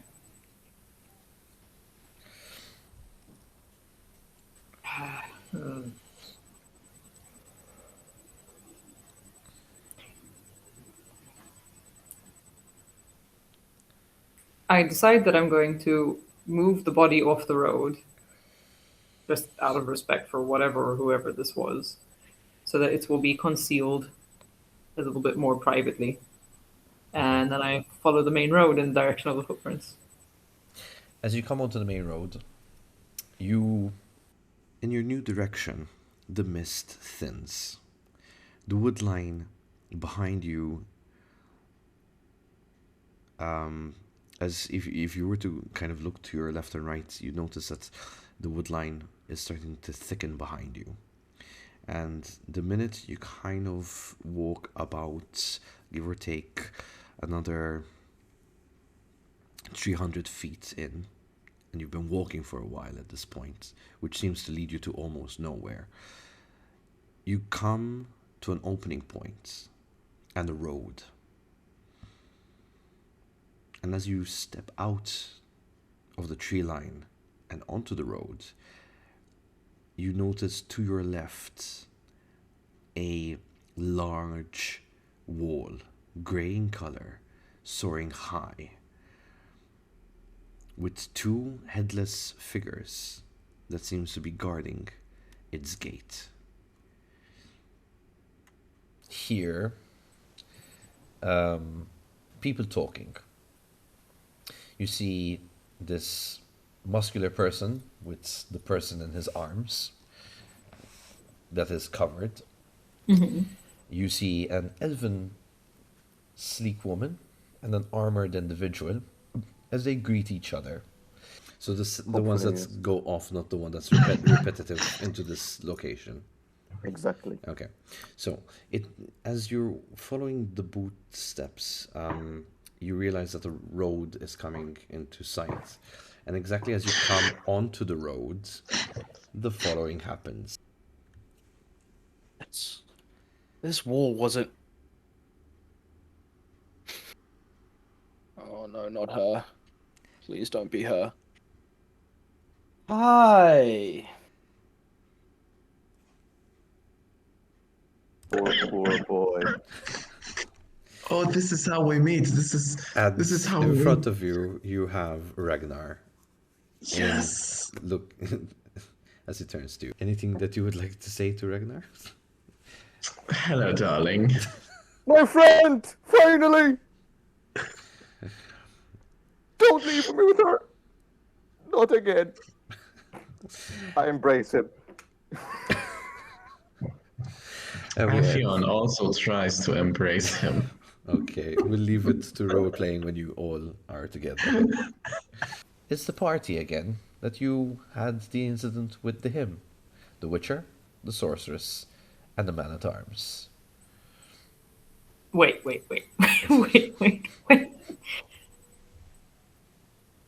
Okay.